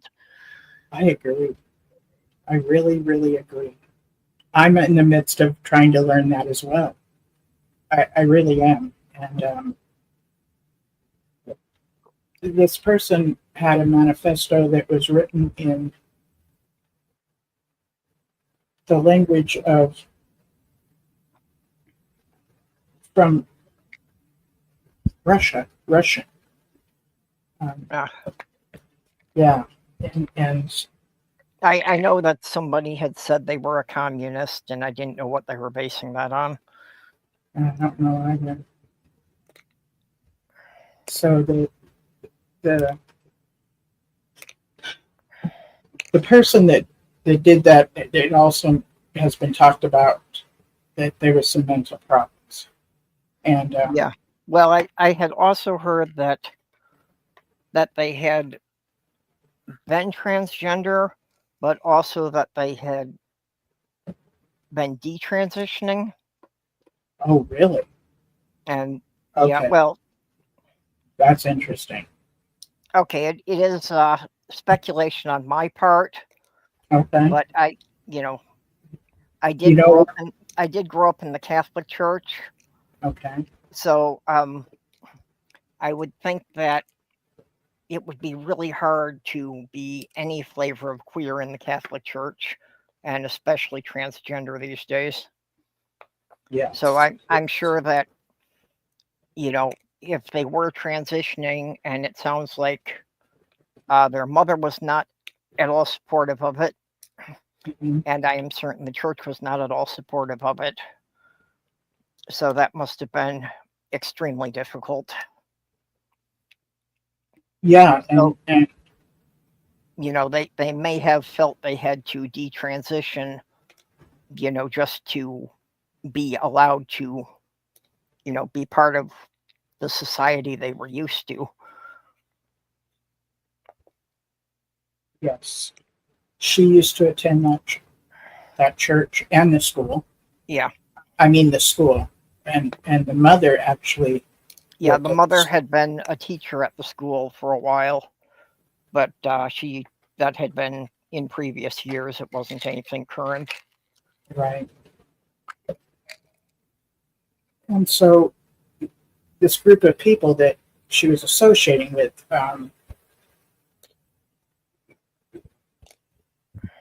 if they were that mindset of Nazis, then they, of course, wouldn't. Yeah, it's unlikely they would be accepting of queer people either. Yes. which is exactly what I'm thinking. I hadn't heard that possibility of what you're talking about.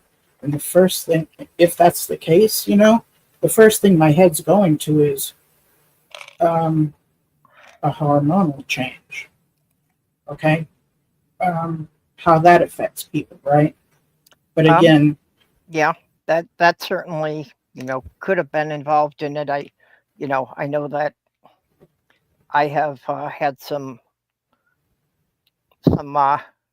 rather strong mood fluctuations since I've yeah, been on the HRT, especially in the early stages before my body kind of, settled into a stable level of it.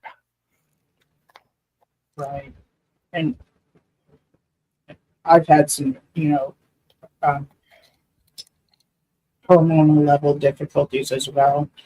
Um, some women will have postpartum depression, so that's a hormone level thing that goes away, um, Yeah, which can make someone suicidal, and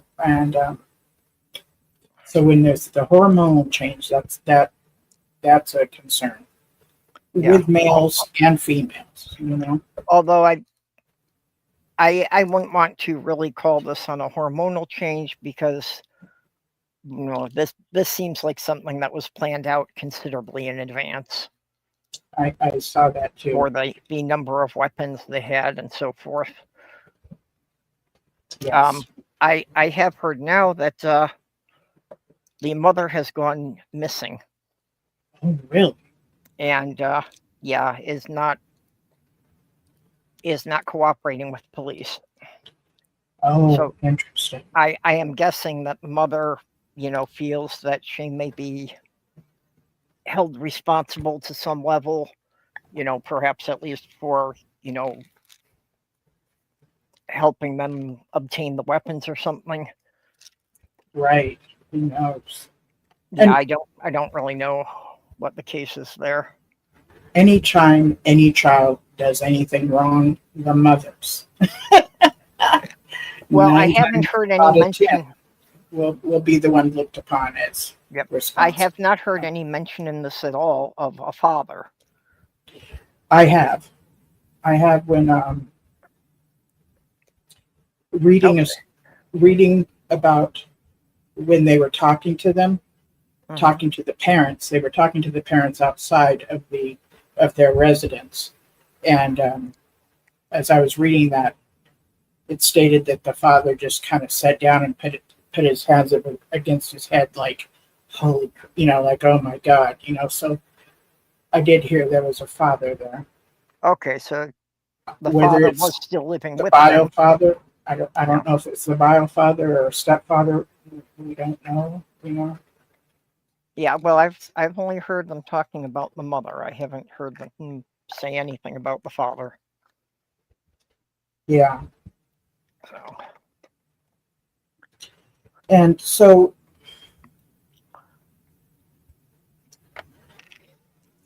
basically,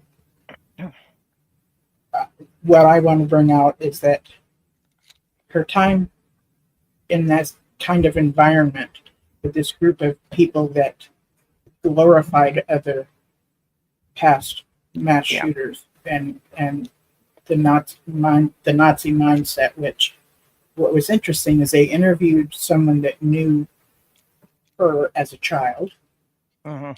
and when they spoke of this person spoke of her as a child, she was talking about him, and that she found him kind of peculiar because he said a few things or whatever and then decided to put his arm up and do the Heil Hitler thing. And this Yeah. is like 10 years old. And I'm sitting here thinking, why would a 10-year-old do that? Yeah, that would have to be something that they learned from somebody in their house. I would think so, so Yeah. At this point, I'm referring to the shooter as they, because, like I say, I had heard she was transitioning, then I heard detransitioning. So at Mhm. that point, I don't know if they would have gone by he or she. Yeah. You know. I just don't know at this point, what they consider themselves. Yeah, it's I've heard of this group before. And again, I don't know what to call them. Yeah. Yeah, If they it definitely was, repeatedly talked about that they basically idolized the previous school shooters. yes, and I But don't. they still feel that they don't have a clear motive, that the police are still sifting through information, but they can't really say that they feel with any certainty they know why they did this. Right. And I also heard that maybe 2 to 3 people who was associated with her, their place, like the cops went to their place to with warrants to check out their place. I don't know what was found there. So yes, the investigation is ongoing, and it's Well, I truly heard that tragic. some warrants were issued, but they're not talking about what, if anything, they found. Yeah, so there was 2 children that were killed, and it's really, really tragic. Well, unfortunately, that while the information enables us to share all sorts of information, it unfortunately also seems to be a way for people to get radicalized rather quickly. Yes, she was only in her mid 20s, so still a young adult.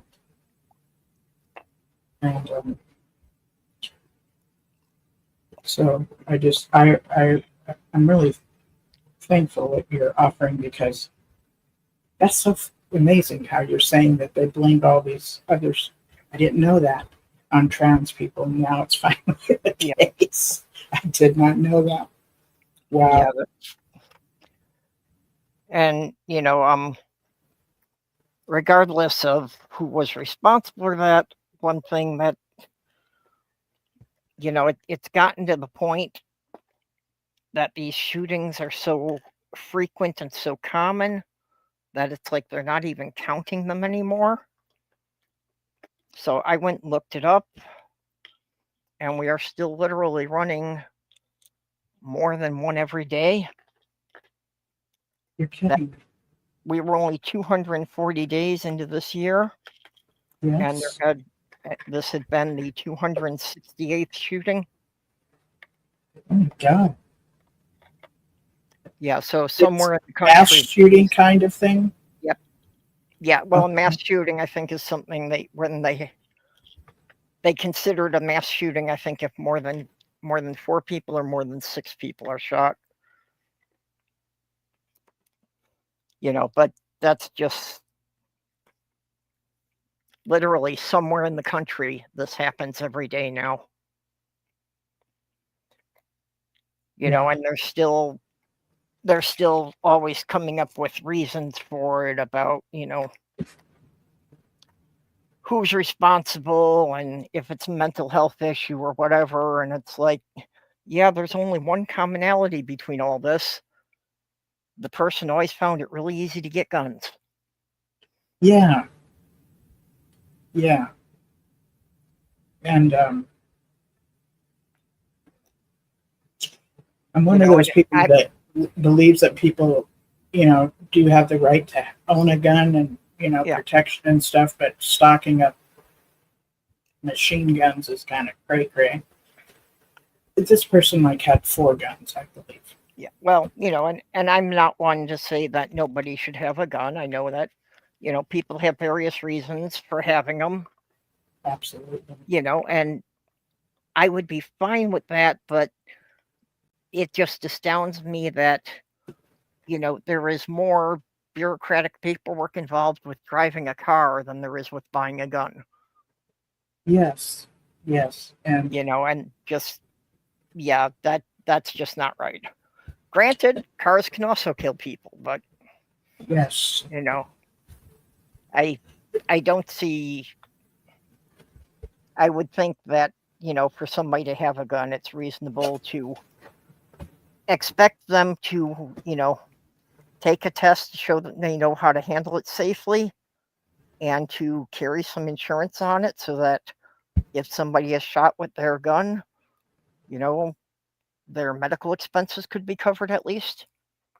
Is that something that is done at this? I've never heard of. No, I've it's never heard of this. not. It's No, interesting. it's just something that I think should be done. It's not something I have heard proposed by lawmakers.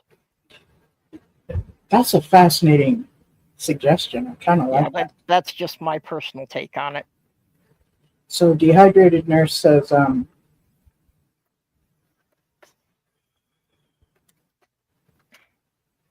I heard he didn't want to be a she anymore and was angry with God. That's sad. And What would JJM, you're You want me to roboting repeat a that? bit, so I missed what you said about what Dehydrated Nurse said.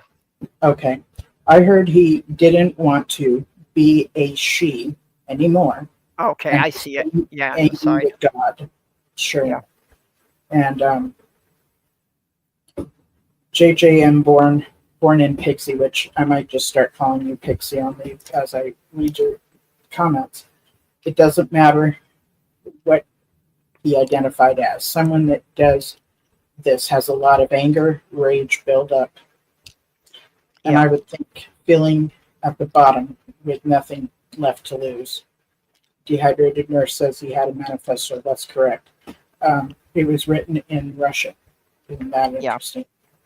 Well, Um, clearly they felt they had nothing left to lose because I believe they shot themselves. Correct. That is true. And Pixie also said, no one will ever know why he's dead. Yeah. And it's yeah, this kind of stuff.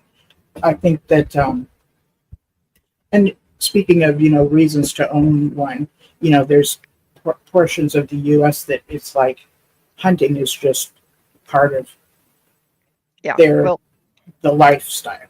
So having a rifle rack on the back of in the back of a Yeah. truck or whatever, that's just part of life. yeah, well, where my family is in Upper Michigan, that's the common thing. And, my brother and most of my cousins have hunting rifles, Yeah. and I think that's where we need to start the discussion is with, okay, nobody's trying to take your hunting rifles. Now, can we sit down and talk about reasonable gun control? Yeah. Yeah. I think we What it need would to look take like. that approach to it in order to just get people to sit down at the table and discuss this without somebody flying off the handle. I agree. A Dehydrated Nurse says, yeah, I've never heard of gun insurance. Actually, I hadn't either. Purple just suggested it. Like, I've never heard of such a thing. And when she suggested it, I was like, what a great idea. What a great Well, idea. Basically, I just feel it, that all the things that they require you to have for a car, you should have for a gun. That's all. Okay. That kind of makes sense. You should take a test to prove you know how to handle it safely. And you should have to have insurance for it. So maybe if somebody, purchased one in about 3 months or something, it might be, like you're suggesting, it could be standard to maybe take a test to prove that they know how to use it properly. Because they would need some time to familiarize themselves and to learn how to handle the proper way to handle guns and stuff. Yeah. I can shoot a rifle. I've gone out shooting with my brother at times, but for me it was just shooting old beer cans off a log. Right. And 'Cause I've been to I a could shooting never- range. Yeah. Go ahead. You could I never- know for me myself, I could never shoot at something that was alive. You Yeah. know, be it a person or a squirrel, I couldn't shoot something that's alive. Yeah. But that's just me, you know, Mhm. and like I say, my brother and my cousins hunt, so Yeah. you know, by the end of November, yeah, it's actually fairly common to walk into my mother's garage and find a deer hanging in there. And, you know, several times I have helped butcher them, but I'm not going to shoot one. Okay. Yeah. I mean, and it gives meat to the family, Yeah. which, you know, that's like a big deal. Well, When you- honestly, though, if you've got the gun and you paid for the hunting permits, and by the time you paid for the ammunition, yeah, the meat's not a bargain. Well, Oh, maybe it it's is now because meat prices are going through the ceiling. Yeah. You know, but Makes say sense. like 2-3 years ago, if you Mm-hmm. figured price per pound of what you were paying for beef as opposed to how much meat you'd get off of a deer, financially it wasn't really great. Okay. But I know, you know, people do it for other reasons, and you know, certainly people like the idea of you know, like the hides for making leather things and so forth. Yeah. Although from what I understand, it takes like 5 deer hides to make a jacket. Oh, really? Okay. Yeah, I think it takes like 5 or 6 deer hides, just depending on the size. And I bet there's a sense of dignity and pride for those that. Yeah. aren't- I'm sure there and is on bring home levels. meat. Yeah, there's a certain, you know, sense of accomplishment for them, you know, going out there and having taken it down themselves. You know, and it is you know, considered a recreational sport to some, and Mhm. mind you, I just the recreation factor would have to be a lot stronger for me to spend all day sitting out there in what's often below zero weather during hunting season. I can't see how my brother does that. That he, you know, winds up like hiking 10 miles through the woods and, you know, sitting out there somewhere in a blind waiting for a deer to come by for 5-6 hours. Yep. It just does not sound like fun to me, but King Again, of the you know. Hill. King of the Hill did a show on that one time. yeah, It was pretty cool, actually. Yeah. Pixie says, in New York, I believe you have to take gun safety classes in order to get a license. I know my dad and sister had to do it in order to get guns for hunting. okay, yeah. Now, you know, this and is interesting to hear because I believe her dad's a JW, and I believe JWs are not supposed to have guns. And we're definitely not supposed to have a job if we were going to like have a gun as part of the job.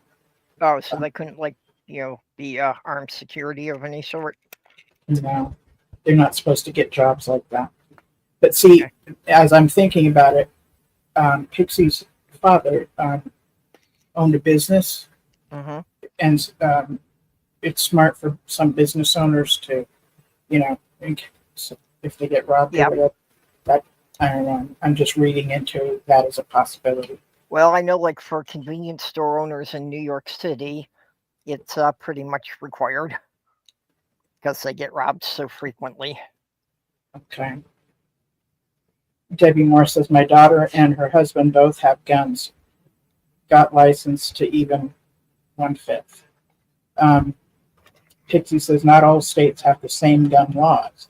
I know No, in North it Carolina varies a lot. they can open carry. Yeah, the laws on them vary a lot from state to state. Pixie says I know, right? I think rifles are okay to own. So that might be a comment from my JWs. I'm supposed to own guns, but I think you're right because I have heard of, especially in hunting areas, you know, where JWs will have like those rifles. Mhm. Dehydrated Nurse says over 150 for pistols certificate and 8 and 8-hour classes before you even pay fees and fingerprints, etc. before you get your license in Connecticut. Okay, sounds like they're fairly strict on them there. Pixie says, I know one of my parents' friends that lived at the Watchtower Farms had a rifle and went hunting with my dad. See, it must be a rifle is okay kind of thing then. I think that is.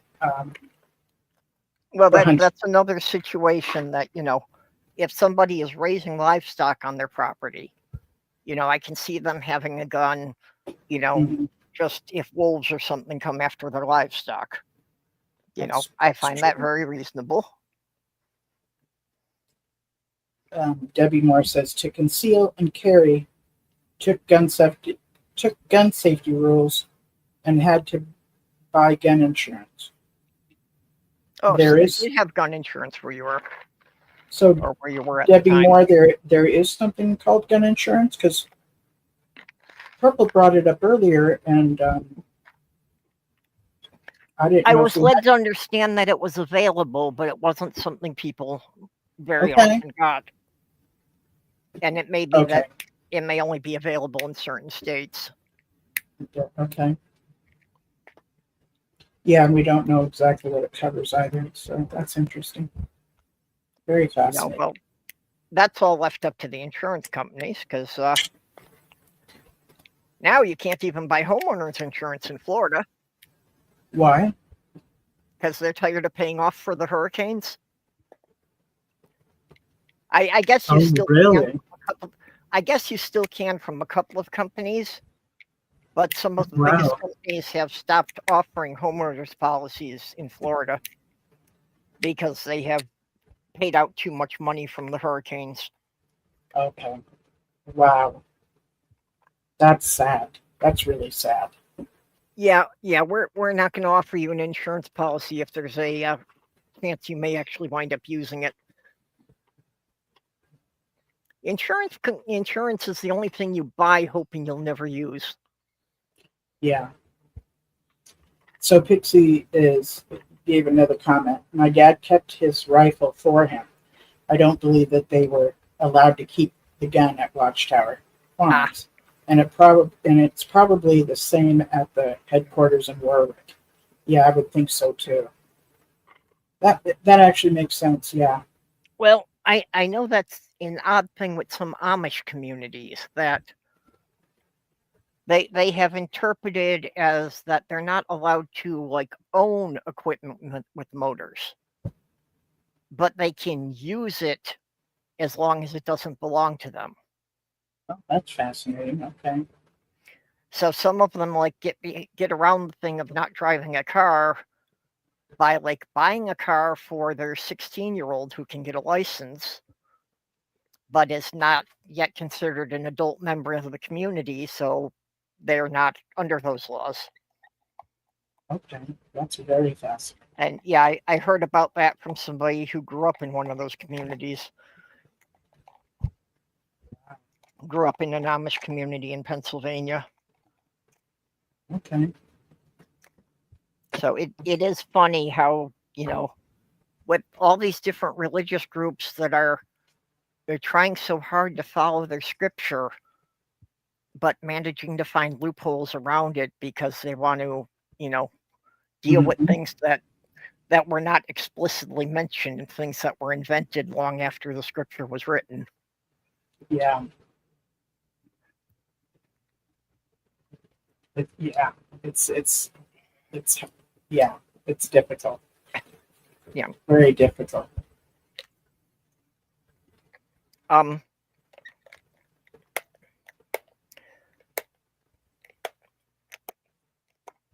I had heard something about the Watchtower changing their position on people going to college. That is correct.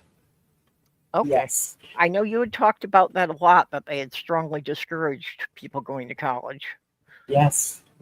That is true. That is a new, within the week, this past week. It's now up to our conscience that we can go to university. So they suggested going to like a trade tech, to Mhm. get some kind of a job doing a trade, Yeah. which is usually something physical. But to go to university has been really discouraged. Yeah. And yes, some people would do it. But if an elder had a family member that went to university, they were expected to be disciplined and asked as they would expect to be disciplined, and that disciplined action would be that they would need to step down as an elder. And Well, because- I will tell them something now that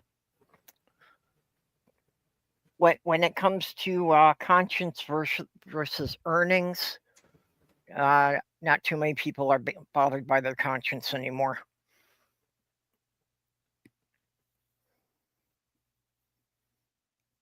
versus earnings. Yeah. If Okay, people I'm feel not- that if people feel that their income is going to be a lot higher from going to college, Oh I yes. think they're likely to pick that rather than considering it a case of conscience that they can't. Yes. And if you ever check out Pew Research or Pew Report, I don't know if I'm saying it Yeah, right. Pew Research does a lot of the public polling. Okay. Jehovah's Witnesses fall in the category of having the most broke, less income. Most of Jehovah's Witnesses are very low income people. Like they, and Mormons are higher up. But they have their own universities or they, different ones. Yeah. And they've got really good careers, and Seventh-day Adventists kind of has their own college too, So I'm wondering if the Watchtower might put together a university. I'm wondering if that might come next as a way to kind of help keep Jehovah's Witnesses away from society at large. Yeah, that they wouldn't necessarily be learning other subjects that could get people to question the Watchtower, get them to question the elders. Yeah. So now I'm hoping JW's. I've looked at keeping people poor within the organization of Jehovah's Witnesses helps to maintain the followers' dependence on this organization, the culture, and quote unquote the friends, which is the term used for anybody that's a Jehovah's Witness. The friends, the friends. Ugh. Yep.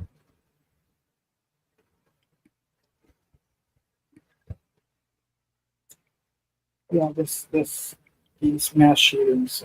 I don't know how. Yeah. And see, I know that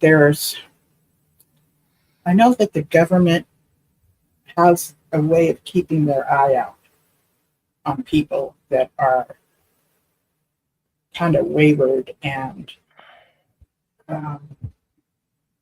Well, they do, but they can't necessarily spot them all before they go off the deep end. right.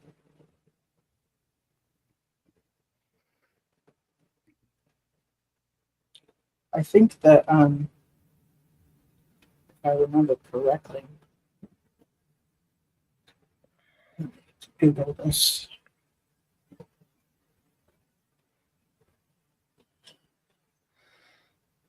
Christchurch mass shooting. 2019. Now, Christchurch was in Australia, actually. It was what? I thought Christchurch was one in Australia. Yes. Yeah. From what I recall, I probably need to fact check this because it's just a memory. I'm not for sure. But from what I recall, the person that did the shooting, I believe, has a history of growing up as a Jehovah's Witness or was a Jehovah's Witness. There's something, I don't know why I'm remembering Jehovah's Witnesses with this. And I could be wrong, but that's why I'm looking this up. Okay, I'm not seeing everything on anything right now.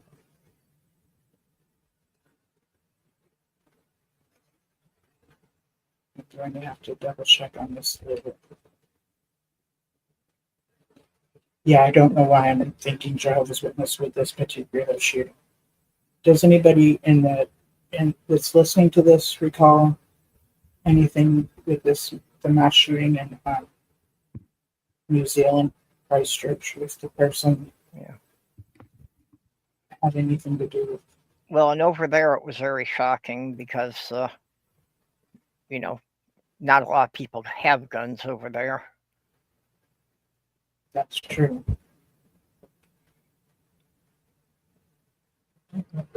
Plug in this phone to charge.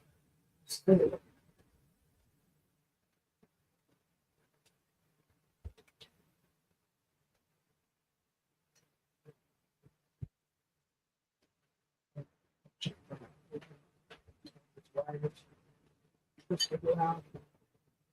Yeah, I'm just gonna be able to. You're kind of roboting again. I'm having trouble understanding you there. Oh, I'm sorry. I went to plug in my phone, so I'm going to be looking at that later because it turned to a low battery. I'm like, oh my god, I didn't have this plugged in. So yeah, I need to look that up.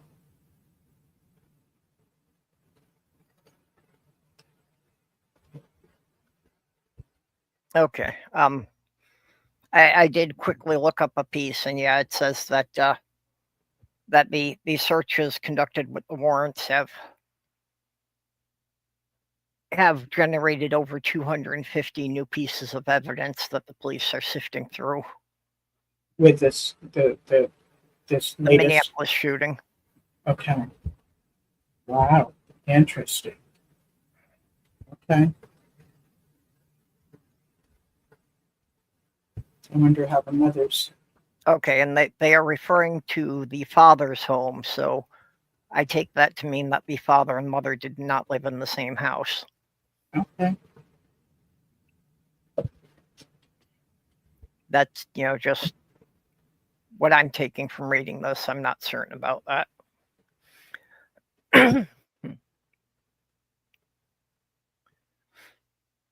Yeah, that makes sense.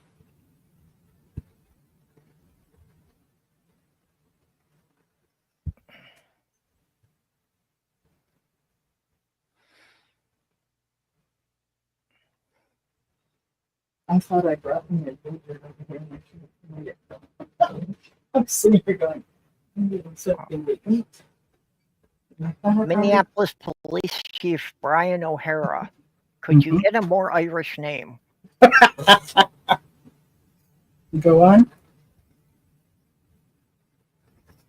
Brian O'Hara is the chief of police in Minneapolis. Not only such an Irish name, but the Irish cop is such a stereotype. Oh yeah, that's right, huh? Yeah.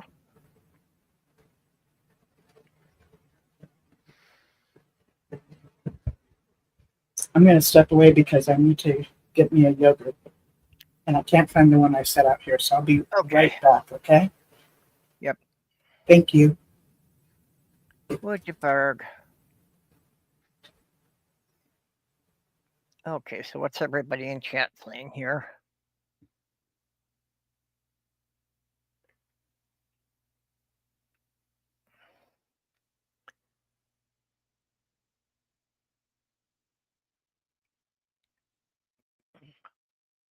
I think it's similar here in New York, being fingerprinted and all the monetary fees. Yeah, okay, we we went over that. That's the stuff about the gun insurance. I hate the term friends. I can get that, Pixie. I was kind of put off by that too. And the churches get a little too familiar. It's like they say friends, like you have not automatic friends, even if you don't really know them. And that's not the meaning of friend. Yeah.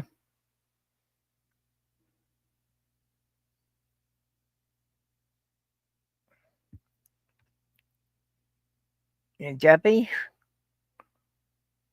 you're saying because you can't hold anything?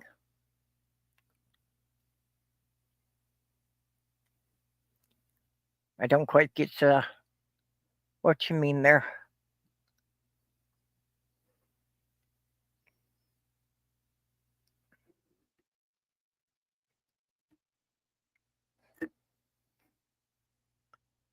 So yeah, I'm in Minnesota, but I'm actually about an hour and a half out of Minneapolis. So that's why I don't know a whole lot about what's going on in the city itself.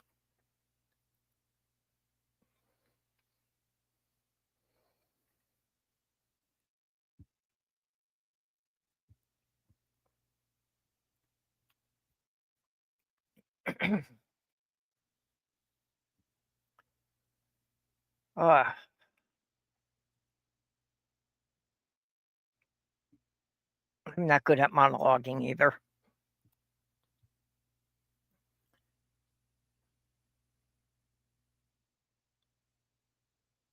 My daughter goes to a church, and when they go there, they're welcome saying, "Welcome home, family."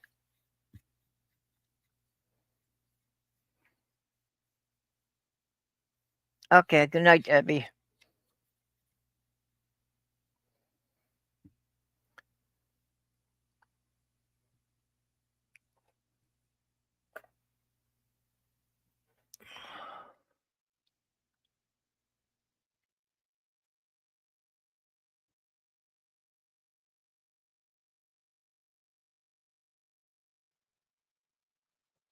Okay, I'm back. Sorry, guys, you're going to have to hear me eating.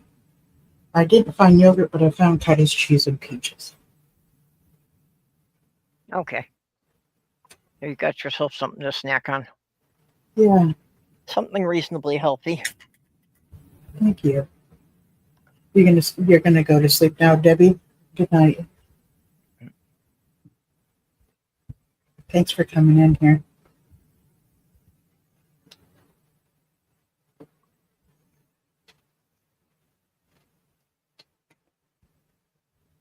Pixie was saying my daughter goes to a church, and when they go there, they are saying, "Welcome home, family." Yeah. Yep. Well, she was saying she doesn't like the thing about the witnesses calling everybody your friends if you don't even know them. Mm-hmm. It was actually a trigger word for me for quite a long time. I can understand that. I would be put off by it myself. Yeah. Just anybody would start talking and be like, "Hello, friends," just it makes sense to say it, but it would just creep me out.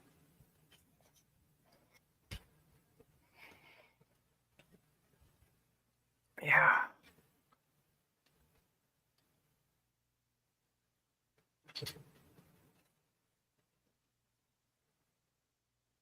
There was also an incident that happened this week. I don't recall where. There was also an incident that happened this week that I don't recall where. A woman had a husband who had cancer, and she took his life, her life, and I believe one child or two children. Oh. Yeah.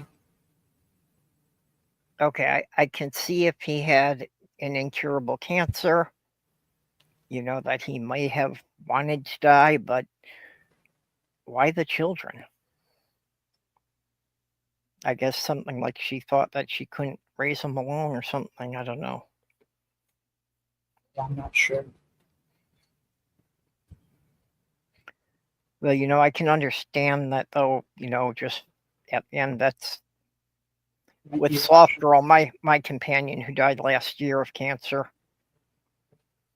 That we had a lot of talks about that, about it, at what point she would want to end it.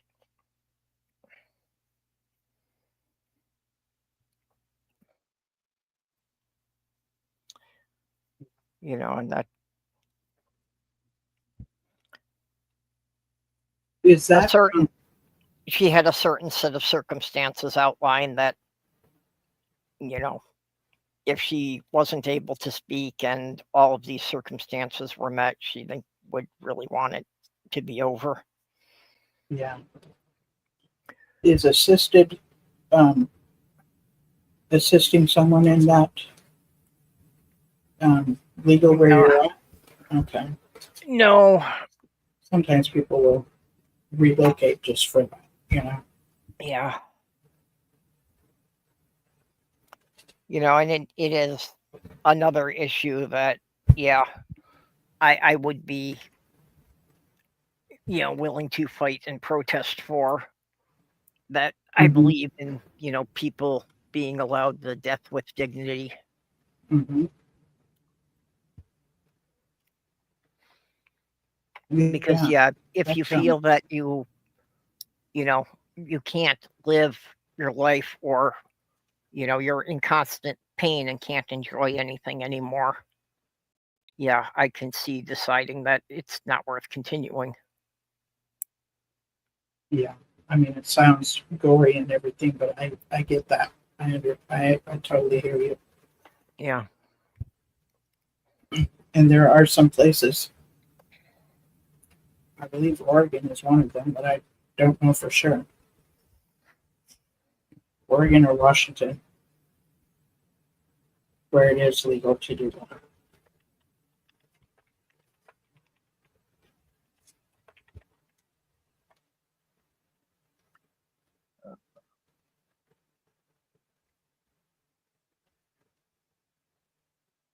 Legal in 12 U.S. jurisdictions: California, Colorado, Delaware, District of Columbia, Hawaii, Maine, Montana, New Jersey, New Mexico, Oregon, Vermont, and Washington. Those are places where, with dignity, Where medically assisted ending Okay. yourself is legal. Pixie just said, I'll tell you Medically this. assisted ending yourself. Okay. These laws provide terminally ill, mentally competent adults with the option to request and receive life-ending medications.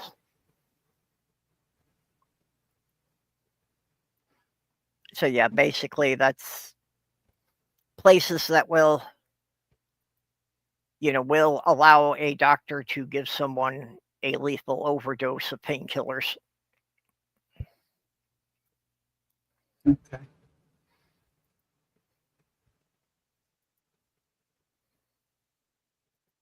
Pixie said, I'll tell you this. I wanted to die when my fiance died. A part of me did. Yeah, Pixie, I lost my fiance 11 years ago now, and Sloth Girl, who I lost last summer, was my lifelong companion. I literally had known her entire life. And while we couldn't live together in the same apartment, we had waited to move until we could both find apartments in the same building so we could check on each other every day.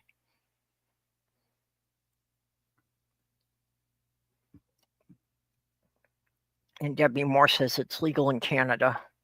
Yeah, I saw that.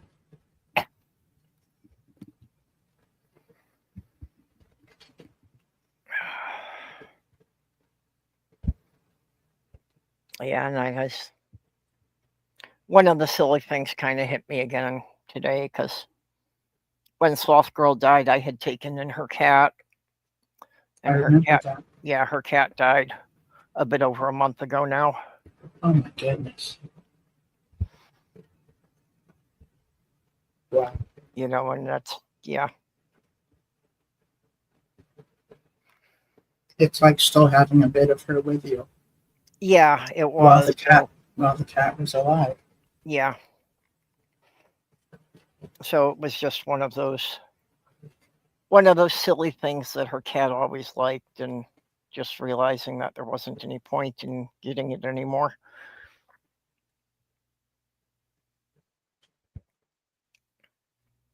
So, it just kind of all kind of cascades back. Pixie is saying it was a year ago on August 20th, so this month is the anniversary. Oh, okay. So that's still pretty recent for you. Yeah. Yeah. We're going to have to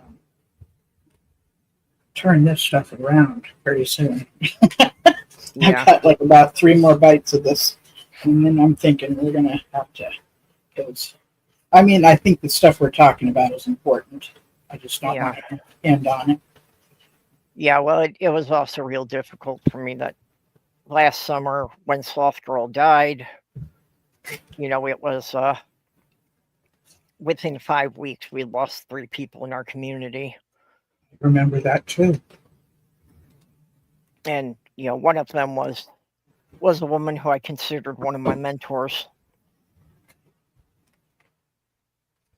that I had driven out to Pennsylvania multiple times to help her.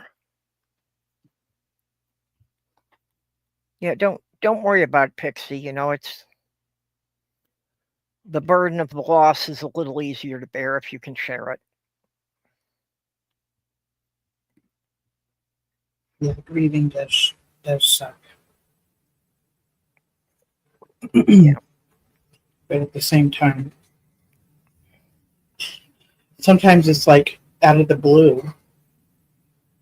Something will come up and then we need to cry some more or take some time out and do Yeah. some more memories, a bit more mourning, however that looks for us. And sometimes it'll even hit you and you just start crying and you don't even know why. Yeah. That's so true. I feel so much better. I feel so much better now that I ate. It's starting to fade. Ah, It's that time of year where, because the pool is outside, like outside my door, it has a gate around it and everything, but I can walk like 6 or 10 steps and I'm at the pool gate. So it's that time of the year where I'm hearing kids splashing in the pool. I'm hearing them doing a lot of laughing. I'm hearing them do that screeching sound, Yeah. And I just love it. I love hearing these kids, and they're not my kids, so it's Yeah. I'm able to relax and hear them outside my front door, and they're just, I'm hearing the splashing. I'm hearing, just it's a good time outside my front door. So I've really been enjoying that. Well, up here in Minnesota, and even when I lived down by Chicago, it was like Labor Day was the official end of summer, and this would be the last weekend for all the public pools to be open. Oh yeah. That they would all be closed the day after Labor Day. Okay. Yeah, which also coincided with that's usually when the school year would start. So I think it was a combination between, that just the weather supposedly getting a bit cooler, but I think it was mostly just with all the kids back in school, then they weren't having nearly as many people coming during the day. Pixie says it's been hard for me because now I'm back home with my JW family. They think telling me about paradise is going to help me. That is exactly how Jehovah's Witnesses speak to each other, to comfort each other. And if it's not your belief system anymore, it's you know, and you don't want to be disrespectful to them and be like, Yeah. you know, I remember how awkward that felt just with a lot of my late fiance's friends, who were Christian, yeah, telling me things about, that she's in a better place and so forth. And like, yeah, I was already, I basically was an atheist by then, although I hadn't really applied the label to myself until that. That was kind of the last nail in it. yeah, That up until that, I still believed there was something out there, but right. And we just don't know, you know. yeah, Atheists kind of like, until there's proof, you know. So Pixie also says, I just don't believe the whole end of the world and living forever in paradise being resurrected. And that was the common, I mean, that's the gospel.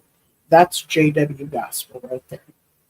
yeah, Getting to live forever on paradise earth. And so that's what her parents are indoctrinated with, and hearing that, it's, you know, yeah, that's tough. I'm sorry to hear that, Pixie. But at the same time, it's like there's a thin line, or sometimes it overlaps pretty bad, especially with if we're no longer involved in the organization. Family will literally pushing one's convictions on you is like the thing to do, right?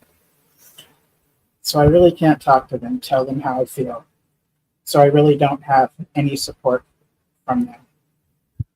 I feel alone in that way. Yeah. yeah, And that's just a really horrible feeling. Sorry to hear that, Pixie. It's a they're living in an alternate reality. And yeah. I at least didn't have anybody who was pushing it on me hard like that. yeah. And Pixie, do you get the feel that it's being pushed on you, or are they, or do you think they're just saying, like, they're bringing it up as something comforting to say? I'd be curious to hear your opinion on that. Yes, pushing their beliefs. I mean, that's what I thought. There's what I thought. Do I know the JW parents, or do I know the JW parents? Yes, I do. That sucks. I'm sorry. So it's fucked up. It is so fucked up because it's so intrusive. It's intrusive. It's really, really bad. Yeah. Well, my eldest brother keeps trying to push his religion on me, but I've been pretty much ignoring it for so long. It doesn't really faze me much, and it's not like I have to live with him. Right, and that's what she is doing right now. She's now Yeah. living with her parents since her fiance. Since her fiance died, it has her back with her parents, and Yeah. she's lived with her parents before when need be, and it's good to have a roof over her head and everything, and that available to her. But then it comes with this too. Yeah, she's saying I try to avoid my parents at all costs, even though I live with them. Mm-hmm. Hey, that sounds like me when I still lived at home with my dad. Yep, sure does. She says my mom pushes it. Pixie, so does mine. Yep. So does mine. I used to go out the second floor window and climb down the tree in the backyard just so I didn't have to walk past my dad to go out. Yep. The things we do to avoid their love. Yep. Yep. My dad didn't even put on a mask of it being loving. It just, he was always shouting and cursing, and then when he got drunk, he got physically abusive. Okay. Yeah, that's ugly. It's one of my, Well, at least Pixie thought it was funny. yes. So I'm glad that I can at least make you laugh once.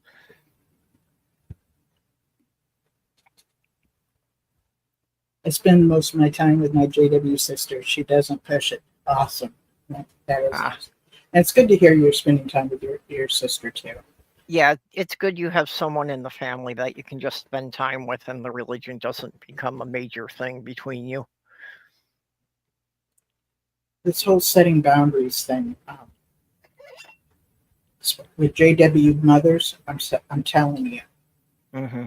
they're right up there with Jewish parents, Jewish mothers. Oh my God, it's just the guilt. Yeah. It's just like, oh my God. Oh, her sister lost her husband almost 2 years ago. Oh, okay. So she knows what you're going through. She can identify with that.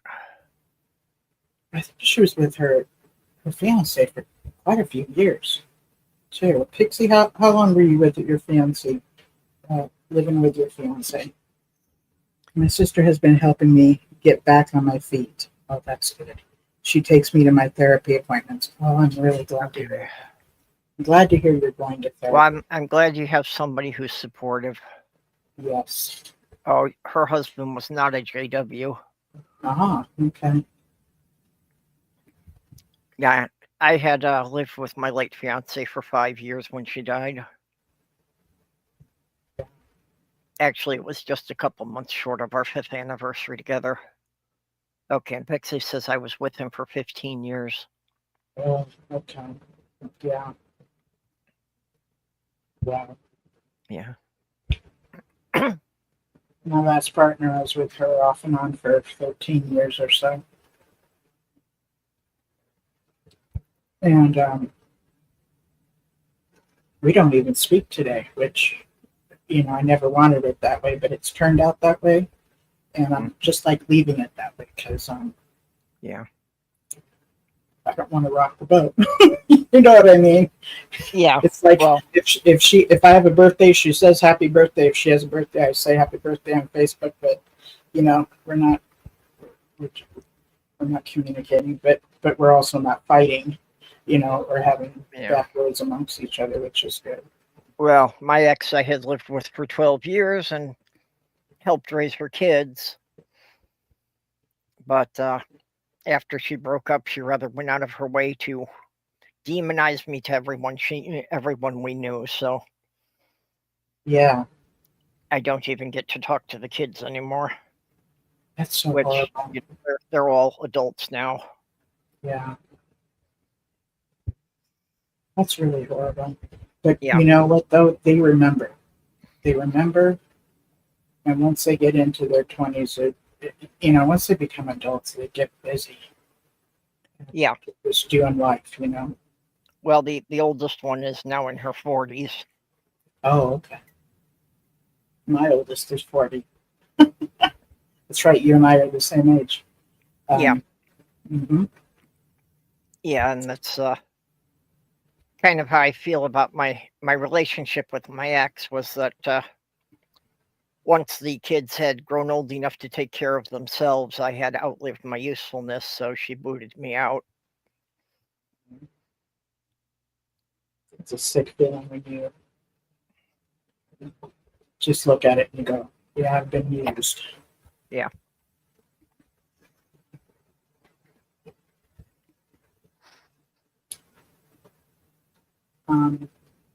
I'm going to be making some videos, is what I'm telling myself, because I really enjoy making them.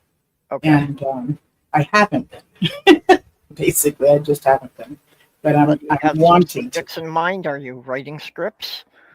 I'm gonna take things from different places that how sometimes you'll see a post on Facebook or X or someplace, and it'll be like just something profound written, and it'll say by so and so or whatever. I'll put that and make a video out of it. with the words, and I'll also put by so and so. So I be sure to acknowledge the person that the quote is from and everything, or I'm going to make some more videos describing some of the doctrines, like the words that are used in the Jehovah's Witness religion. Because I started doing that, and I have those on my Instagram account where I would give a certain word and then I would explain what it meant, because they use loaded language, which means to the person, to somebody on the outside, a word that they use, if a Jehovah's Witness uses it, it might not be what the dictionary says it is. It could be, but it might not be. So it's like they speak in code, you know? Mm-hmm. Oh, Pixie is saying all the men in my life are dead. Hey, Del Rio Love is here. Anyone going to Vegas? The end of September? Yes, they're going to have, and she says hi, Purple. So there's going to be a meetup in Vegas, an XJW meetup. Oh, for XJWs. That's interesting. Yeah, but people such as yourself that, you know, it's been cool seeing you, matter of fact, Purple, show up at the morning atheist morning show. Oh, yeah. The it's Daily Ryan. Atheist Morning Show.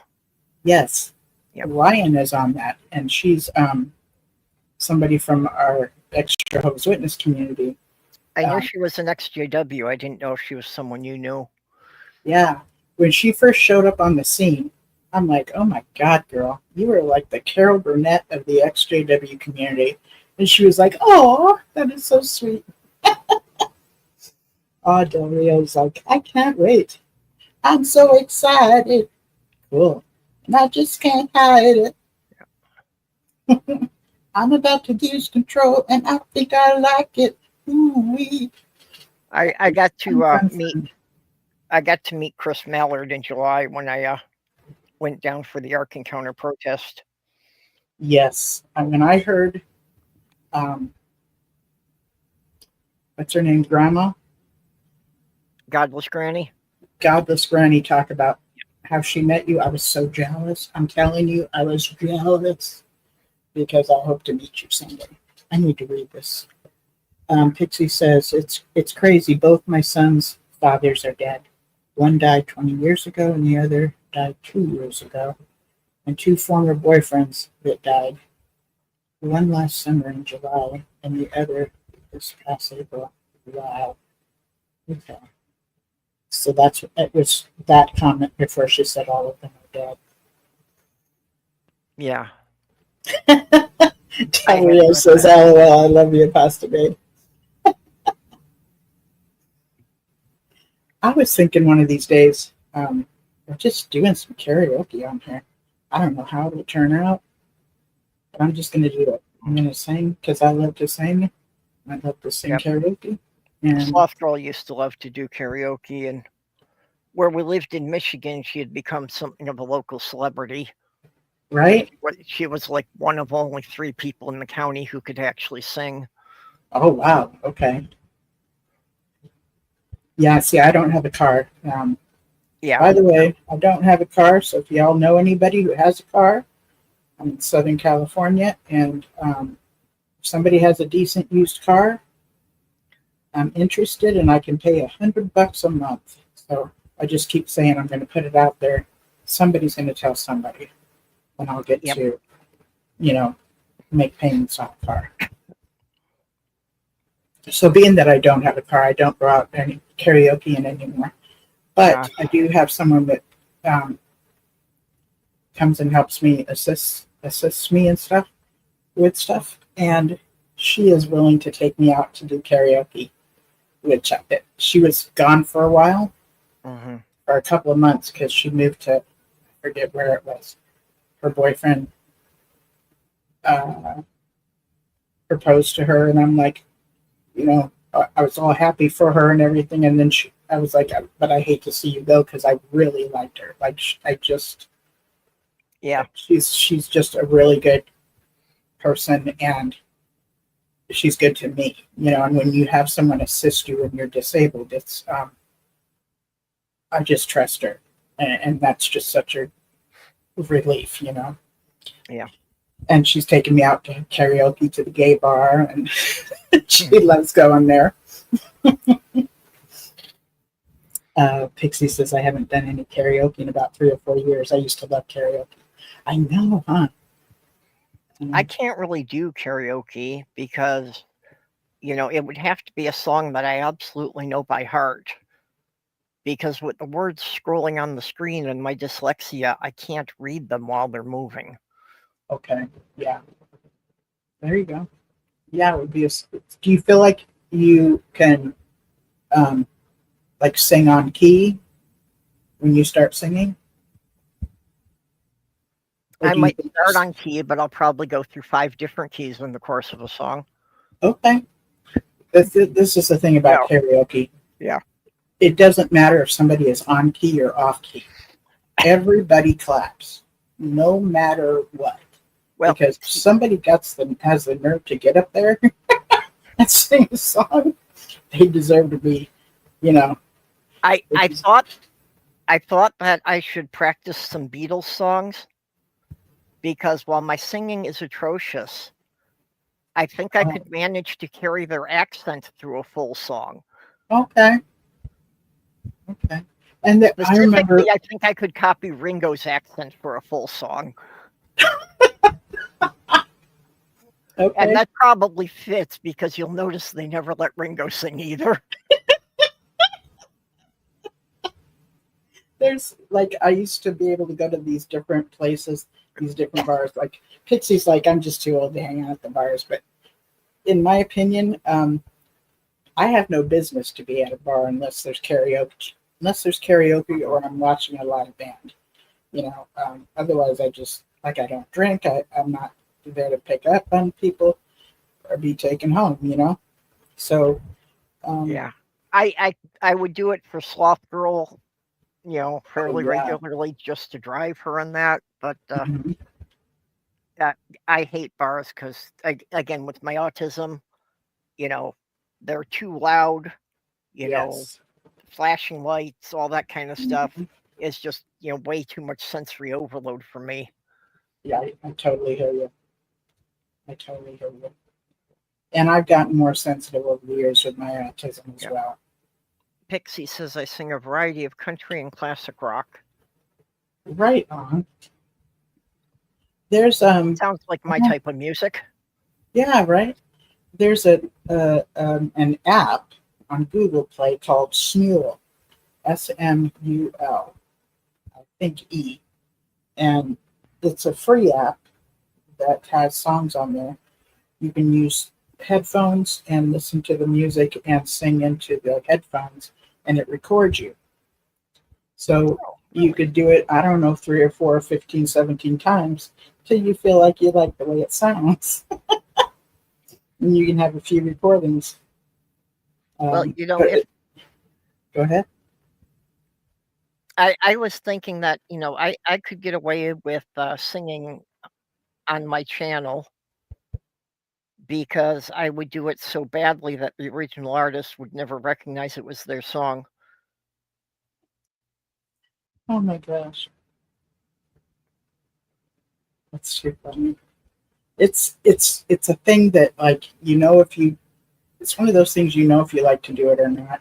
And I would go to these different bars and see the same crowd that would show up at different karaoke places with different KJs. Like there's DJs and then karaoke hosts are called KJs. So it was nice to show up at different places and see the same crowd and have that feeling of, hanging out with these people on a regular basis, and some of them just did not sing, but they enjoyed, going there to watch and but I hear you about that. Well, up in Michigan, we would do that just because, it was really about the only entertainment that Sloth Girl could find. Mm-hmm. So we would actually, she became a friend of the karaoke host. That So we sounds- kind of followed her around, and she did a circuit of, like 5 different bars through the month. Oh, yeah, exactly. Matter of fact, years ago, like you said, became a friend of the KJ.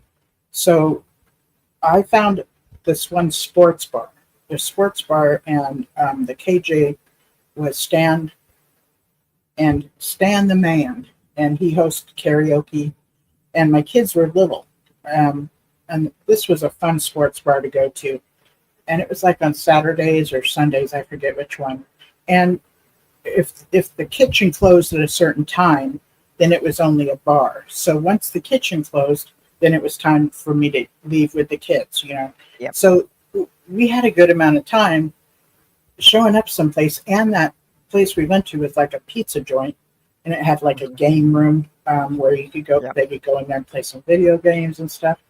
And we did that for a couple of years. Matter of fact, when 1999 happened, and went over to 2000, we were there at that place that night. It was really fun. And then there was a Halloween celebration, and I made all of us up to be the Simpsons. And the kids loved it. And their dad, he just showed up, and he was Homer. He just showed up being himself, he was Homer. He didn't need a costume. So that was fun. But where I'm going with this is, so my oldest daughter, when she got married, I had a friend that was going to host it, that was going to do some karaoke, but some drama happened, and that didn't happen. And she says, I'm sure you can find somebody else, And I thought to myself, I'm going to call Stan. So I hired Stan and to host the wedding for my daughter, my oldest daughter. And it was really great having him there. And he sang a few things, and I got to sing with him. And, being that the kids were little, I would say she probably was about 10 when we first started going over there to that place, the karaoke place. And so when she got married, Yeah. she Yeah, was, it was appropriate then. it was just, it was so cool because, when they do like the dollar dance or something, it was so cool to see him show up in the line to give her a dollar dance. And he's been watching her grow up, and it was very cool. And some of these people, you figure out whether they're good people or not. But yeah, singing is one of those things that I haven't been doing, but I want to do because I enjoy singing. But since I've gotten dentures, I've been insecure about it. So I can understand that. I need to get over that and just do it and do it and do it. Yeah. Because I love it. Hey, our mermaid's here. I did karaoke at work, at a work event. Told my sister, she said, and still happier. There's a heart in front of one of the words. Yeah, and Pixie said when I was a kid, my parents bought a karaoke machine where you could record yourself singing, and that's what I did so I could hear myself. Yes. Yeah, so if you could get that app called Smule, or get yourself a karaoke machine, Amazon has them for like $30-$50, if Oh, you can really? save up for them or something. Yeah. I didn't know there were any that were available that cheap. Yeah. Mermaid said, I did karaoke at work, at a work event. I told my sister, and she said, and you still have your job, question mark. That's too cute. That would be a fair question for me too, yeah. Yeah. She's waving and saying hello, everybody, and spreading love. Yeah. So that's something I've noticed that I have not done, and I want to start doing because it brings me joy. Like when somebody jogs and they get a runner's high, I literally get that same kind of high from singing. So it's really, a good thing. for myself. Honestly, that was the worst part of COVID for Sloth Girl, that she couldn't go and do karaoke. Oh my God, I would imagine.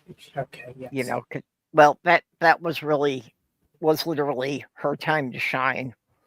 You know, that people would, you know, really applaud and really appreciated her. And you know, she did have a lovely voice. Yeah. Do you have any recordings of her? Unfortunately, no. Okay. And that's something that, again, I should have been more careful with. I understand.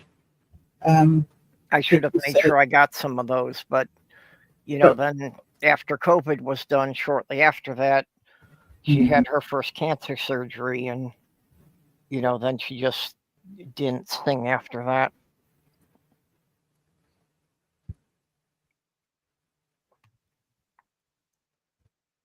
Okay. Pixie is saying my parents bought theirs in Memphis, Tennessee, back in 1988, I think. That's fascinating because I didn't know about karaoke in '88, but that's like I was having kids from 1985 till 1991. So I went like, I had 3 kids, so I wasn't getting out much, and I didn't know about that there even was karaoke machines or anything like that yet. Yeah. I don't even know when they started doing karaoke, but once I discovered it, I really enjoyed it. They have an app where you can sing with people. Yes. Matter of fact, there's different people who will get that app called Smule. Someone will sing a part of the song and put it out there to where anybody can join them to sing the song after they've made a recording. So 3 or 4 people could make a recording with that person who already has done part of the song, which is cool. Getting over the stage fright is tough at first. Yeah. See, that's why I was thinking I'm going to do it here. I'm going to do it here because it's healthy for me. So it is going to go, we're rolling on the 3 hours. Did you just get here, Mermaid? Yeah, not long ago here. Okay. It sucks when I have to close it up when people show up that I like. Yeah, I think she just got here just about the time you got back with your cottage cheese. Oh, okay. She didn't hear that one. Good. Okay. Yeah, so is there anything you want to bring up before I'm saying goodnight to people? Well, just a random thing. You know, who Sloth Girl's best friend, you know, with her passing, I've been, you know, spending a lot of time with her and her family. So her kids have adopted me as their auntie. Okay. And her little girl there has decided that she's going to be a Triceratops for Halloween. Oh, wait. A what for Halloween? What? A Triceratops for Halloween. Is that a certain kind of dinosaur? Yeah, because she knows that's my favorite dinosaur. That's too cool. How old is she? She's 6. Oh my God, she's amazing. Yeah. Oh, she's and are you going to help her make her costume? Oh yeah, we've already got her costume done. It's done. Yep. So the holidays are coming up, y'all, and we're going to be doing holidays. Well, it was one of those things that, you know, she had mentioned it, and her mom found something at the thrift store that, you know, she just knew would work just perfect. Yeah. So then it didn't take too much more for us to put it together after that. Oh, how fun. I love it. That is so fun. But yeah, that's just, you know, I just think that's so great because it just kind of shows you. you know, how much she thinks of me, that was her pick. So And yeah, it shows the influence you have on her too, and she thinks it's so cool. Yeah. I love that. And you know, well, you know, and well, I had started out, you know, that I would babysit them from time to time, you know, when Sloth Girl and her mother would go out, you know, just to give them girl time together, yeah. you know, so Okay. they kind of Now got to you know me that way. But yeah, but especially in the last year, you know, we've gotten to know each other a lot better. And, you know, like I've been over there, my work for over 40 years, I was doing home repairs and renovations. So they've got 100-year-old house. So I've been helping them wow. fix things up. And you know, I keep telling her that's like, you know, there's a lot of projects that need to be done. You've got to give me a list and decide which ones are priority. You know, I've got only have so much time in a week. You have to decide which ones are the priority to get done first. Okay. And does she own the home? Yeah, well, you know, they're paying a mortgage on it. Okay. But yeah, they've been living there for a couple of years now. So okay, she's allowed to make those. Yeah. That's so awesome.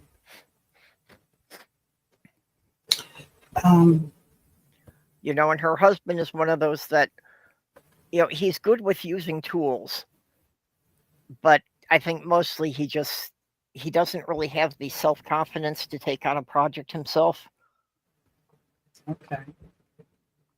And You you, know, you, but it's actually, like, yeah, basically if I give him instructions on, you know, basically how we're going to do this, that he'll have half of it done before I get there.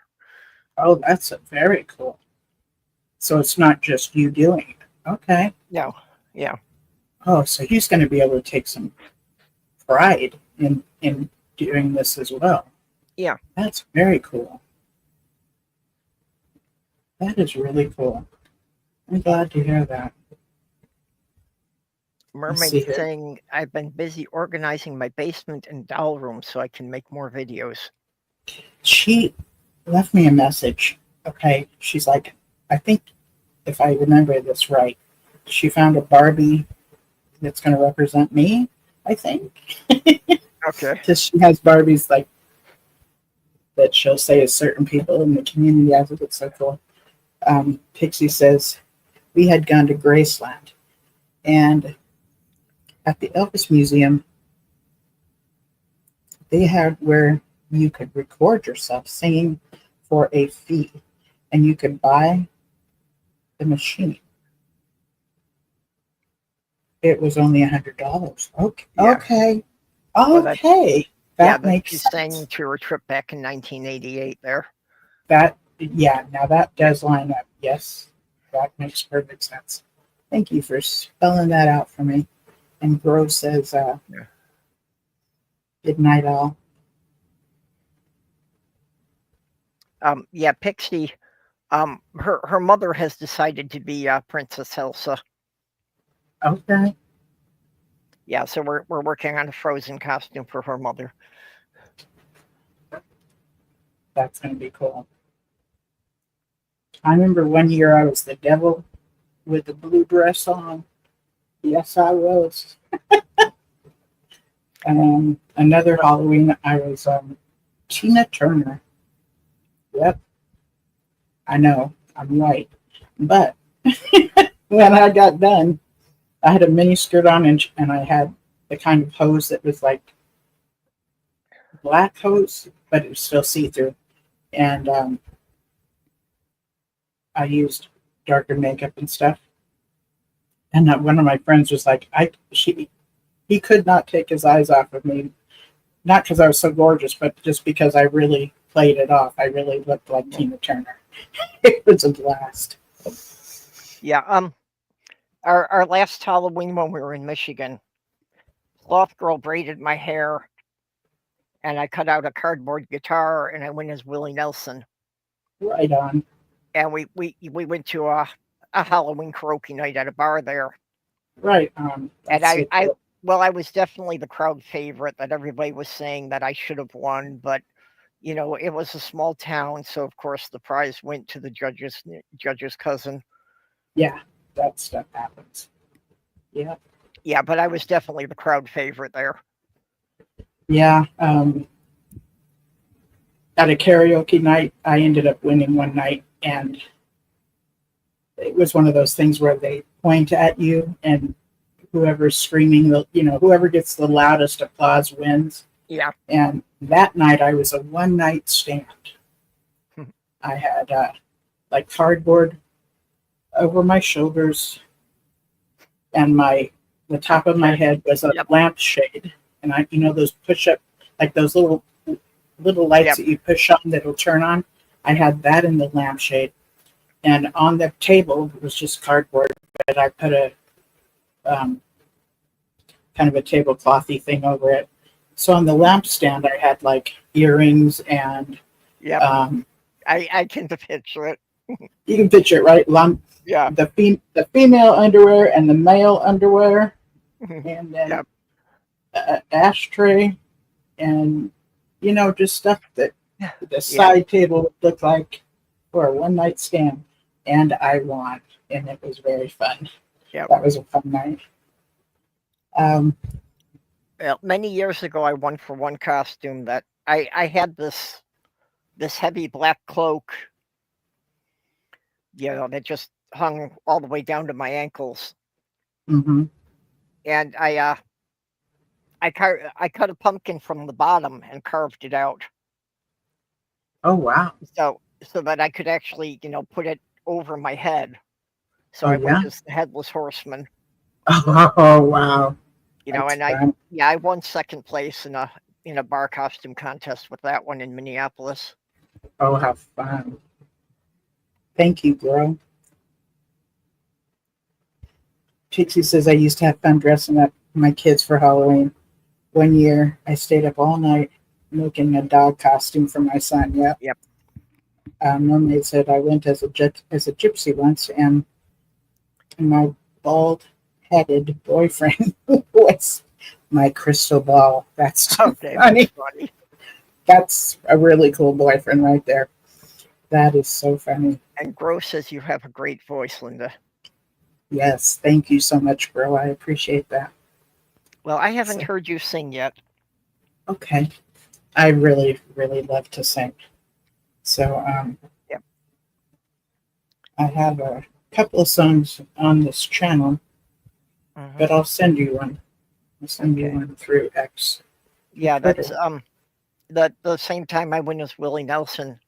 Sloth Girl got one of those got a transparent domed umbrella, a Yes. high dome type, Yes. and we hung strings of LEDs off of it, and she went as a jellyfish. Oh my goodness. How fun. See, yeah, that's very cool. That is quite creative. Oh my goodness, that is very creative.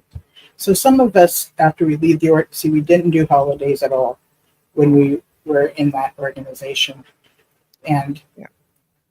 so now that the holidays are coming up, I usually do this whole, if your conscience is okay with it, here's some things we can do. And I say that because when we leave this organization, we just don't know how to do holidays. Yeah. We just kind of figure it out as we go along, right? Oh, that's too funny. Well, not your witness. Uh-huh. When I do my annual Christmas marathon, Yes. was like the first or second year I did it that Not Your Witness did the kickoff for it because he said that was the first time he could celebrate Christmas. That's cool. What a big deal. And this year I want to be involved. I got to Yeah, be 'cause- involved last year. It was really an honor. Yeah, Yeah. he is still going kind of incognito, so he couldn't. Yeah. He was a PMO, so he Mhm. couldn't let his family know that he was celebrating a holiday. Absolutely. Yeah. Yeah. And yeah. Different people have their different reasons for when they're going to come out or not as far as leaving Yep. you know, a religion or a group or whatever. And people have to do it on their own time, you know. And Mermaid says, yes, she has a beautiful voice, referring to you. And That's Pixie so says, cool. I have heard you sing. Didn't you have videos on your YouTube channel? Yeah, you said Yes. said you had a couple on there. Mm-hmm. Yeah, thank you. And Mermaid saying, I love Christmas, making up for lost time. Yes, absolutely. Yeah. Well, I don't actually celebrate Christmas anymore, but Yule is my favorite holiday, which is on the winter solstice, which is Okay. usually December 21st. All You know, right. but I've gone and I've researched the traditions, and I celebrate it. You know, first of all, it's one of the few holidays that isn't an arbitrary date. You know, it's actually based on when the seasons are changing, you know, based Yes. on the position of the Earth relative to the sun and all that. And isn't But it like the longest day of the year or something? Or like it's the longest night of the year. night? Yes, thank you. And that's why my ritual is to keep a flame burning from sunset to sunrise through the longest night of the year. Okay. You know, and that kind of couples back to some things about my grandmother, you know, and just that, you know, it's just kind of an observation of my Nordic heritage, Mm-hmm. because my great grandparents came from a place that was actually north of the Arctic Circle in Finland. So for them, it wasn't just the longest night of the year. It went a couple of weeks that they didn't see the sun. Oh, that's right. Yeah, that's right.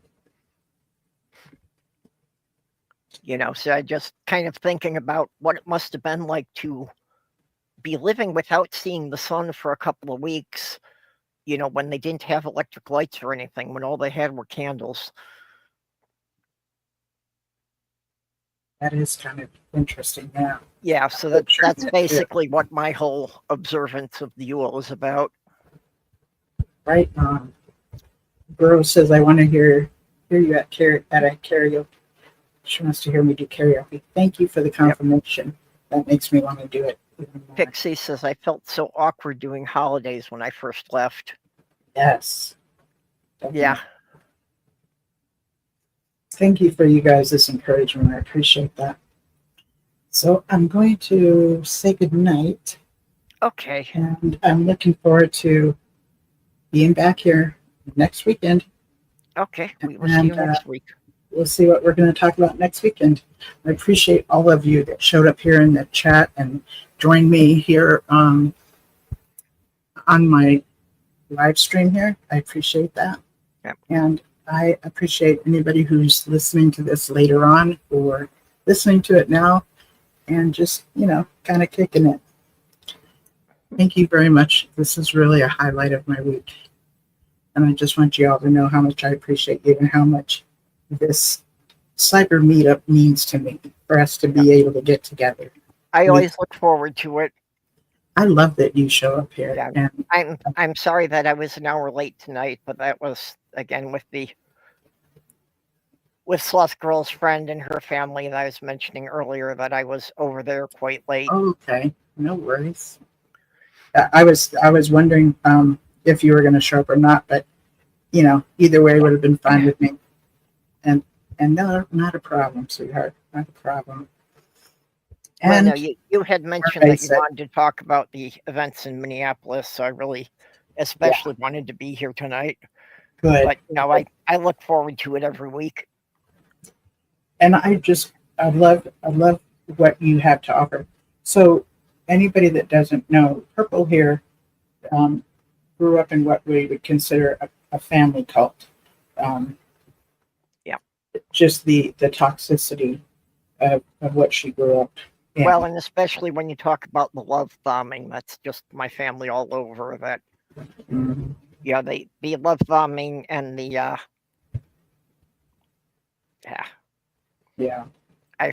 forget what you were calling it, but Love you know, bombing. Yes. yeah, but also the thing of gaslighting. That's the Yes. word I was Yes. looking for. Yeah, Mhm. that just there are a lot of things that my family will still deny ever happened, even though I have photographs. Yeah. I totally hear you. It's a trip when you Yeah. bring something up and they're like, I can remember my mother telling me I forget what it was called, like where I would remember things wrong.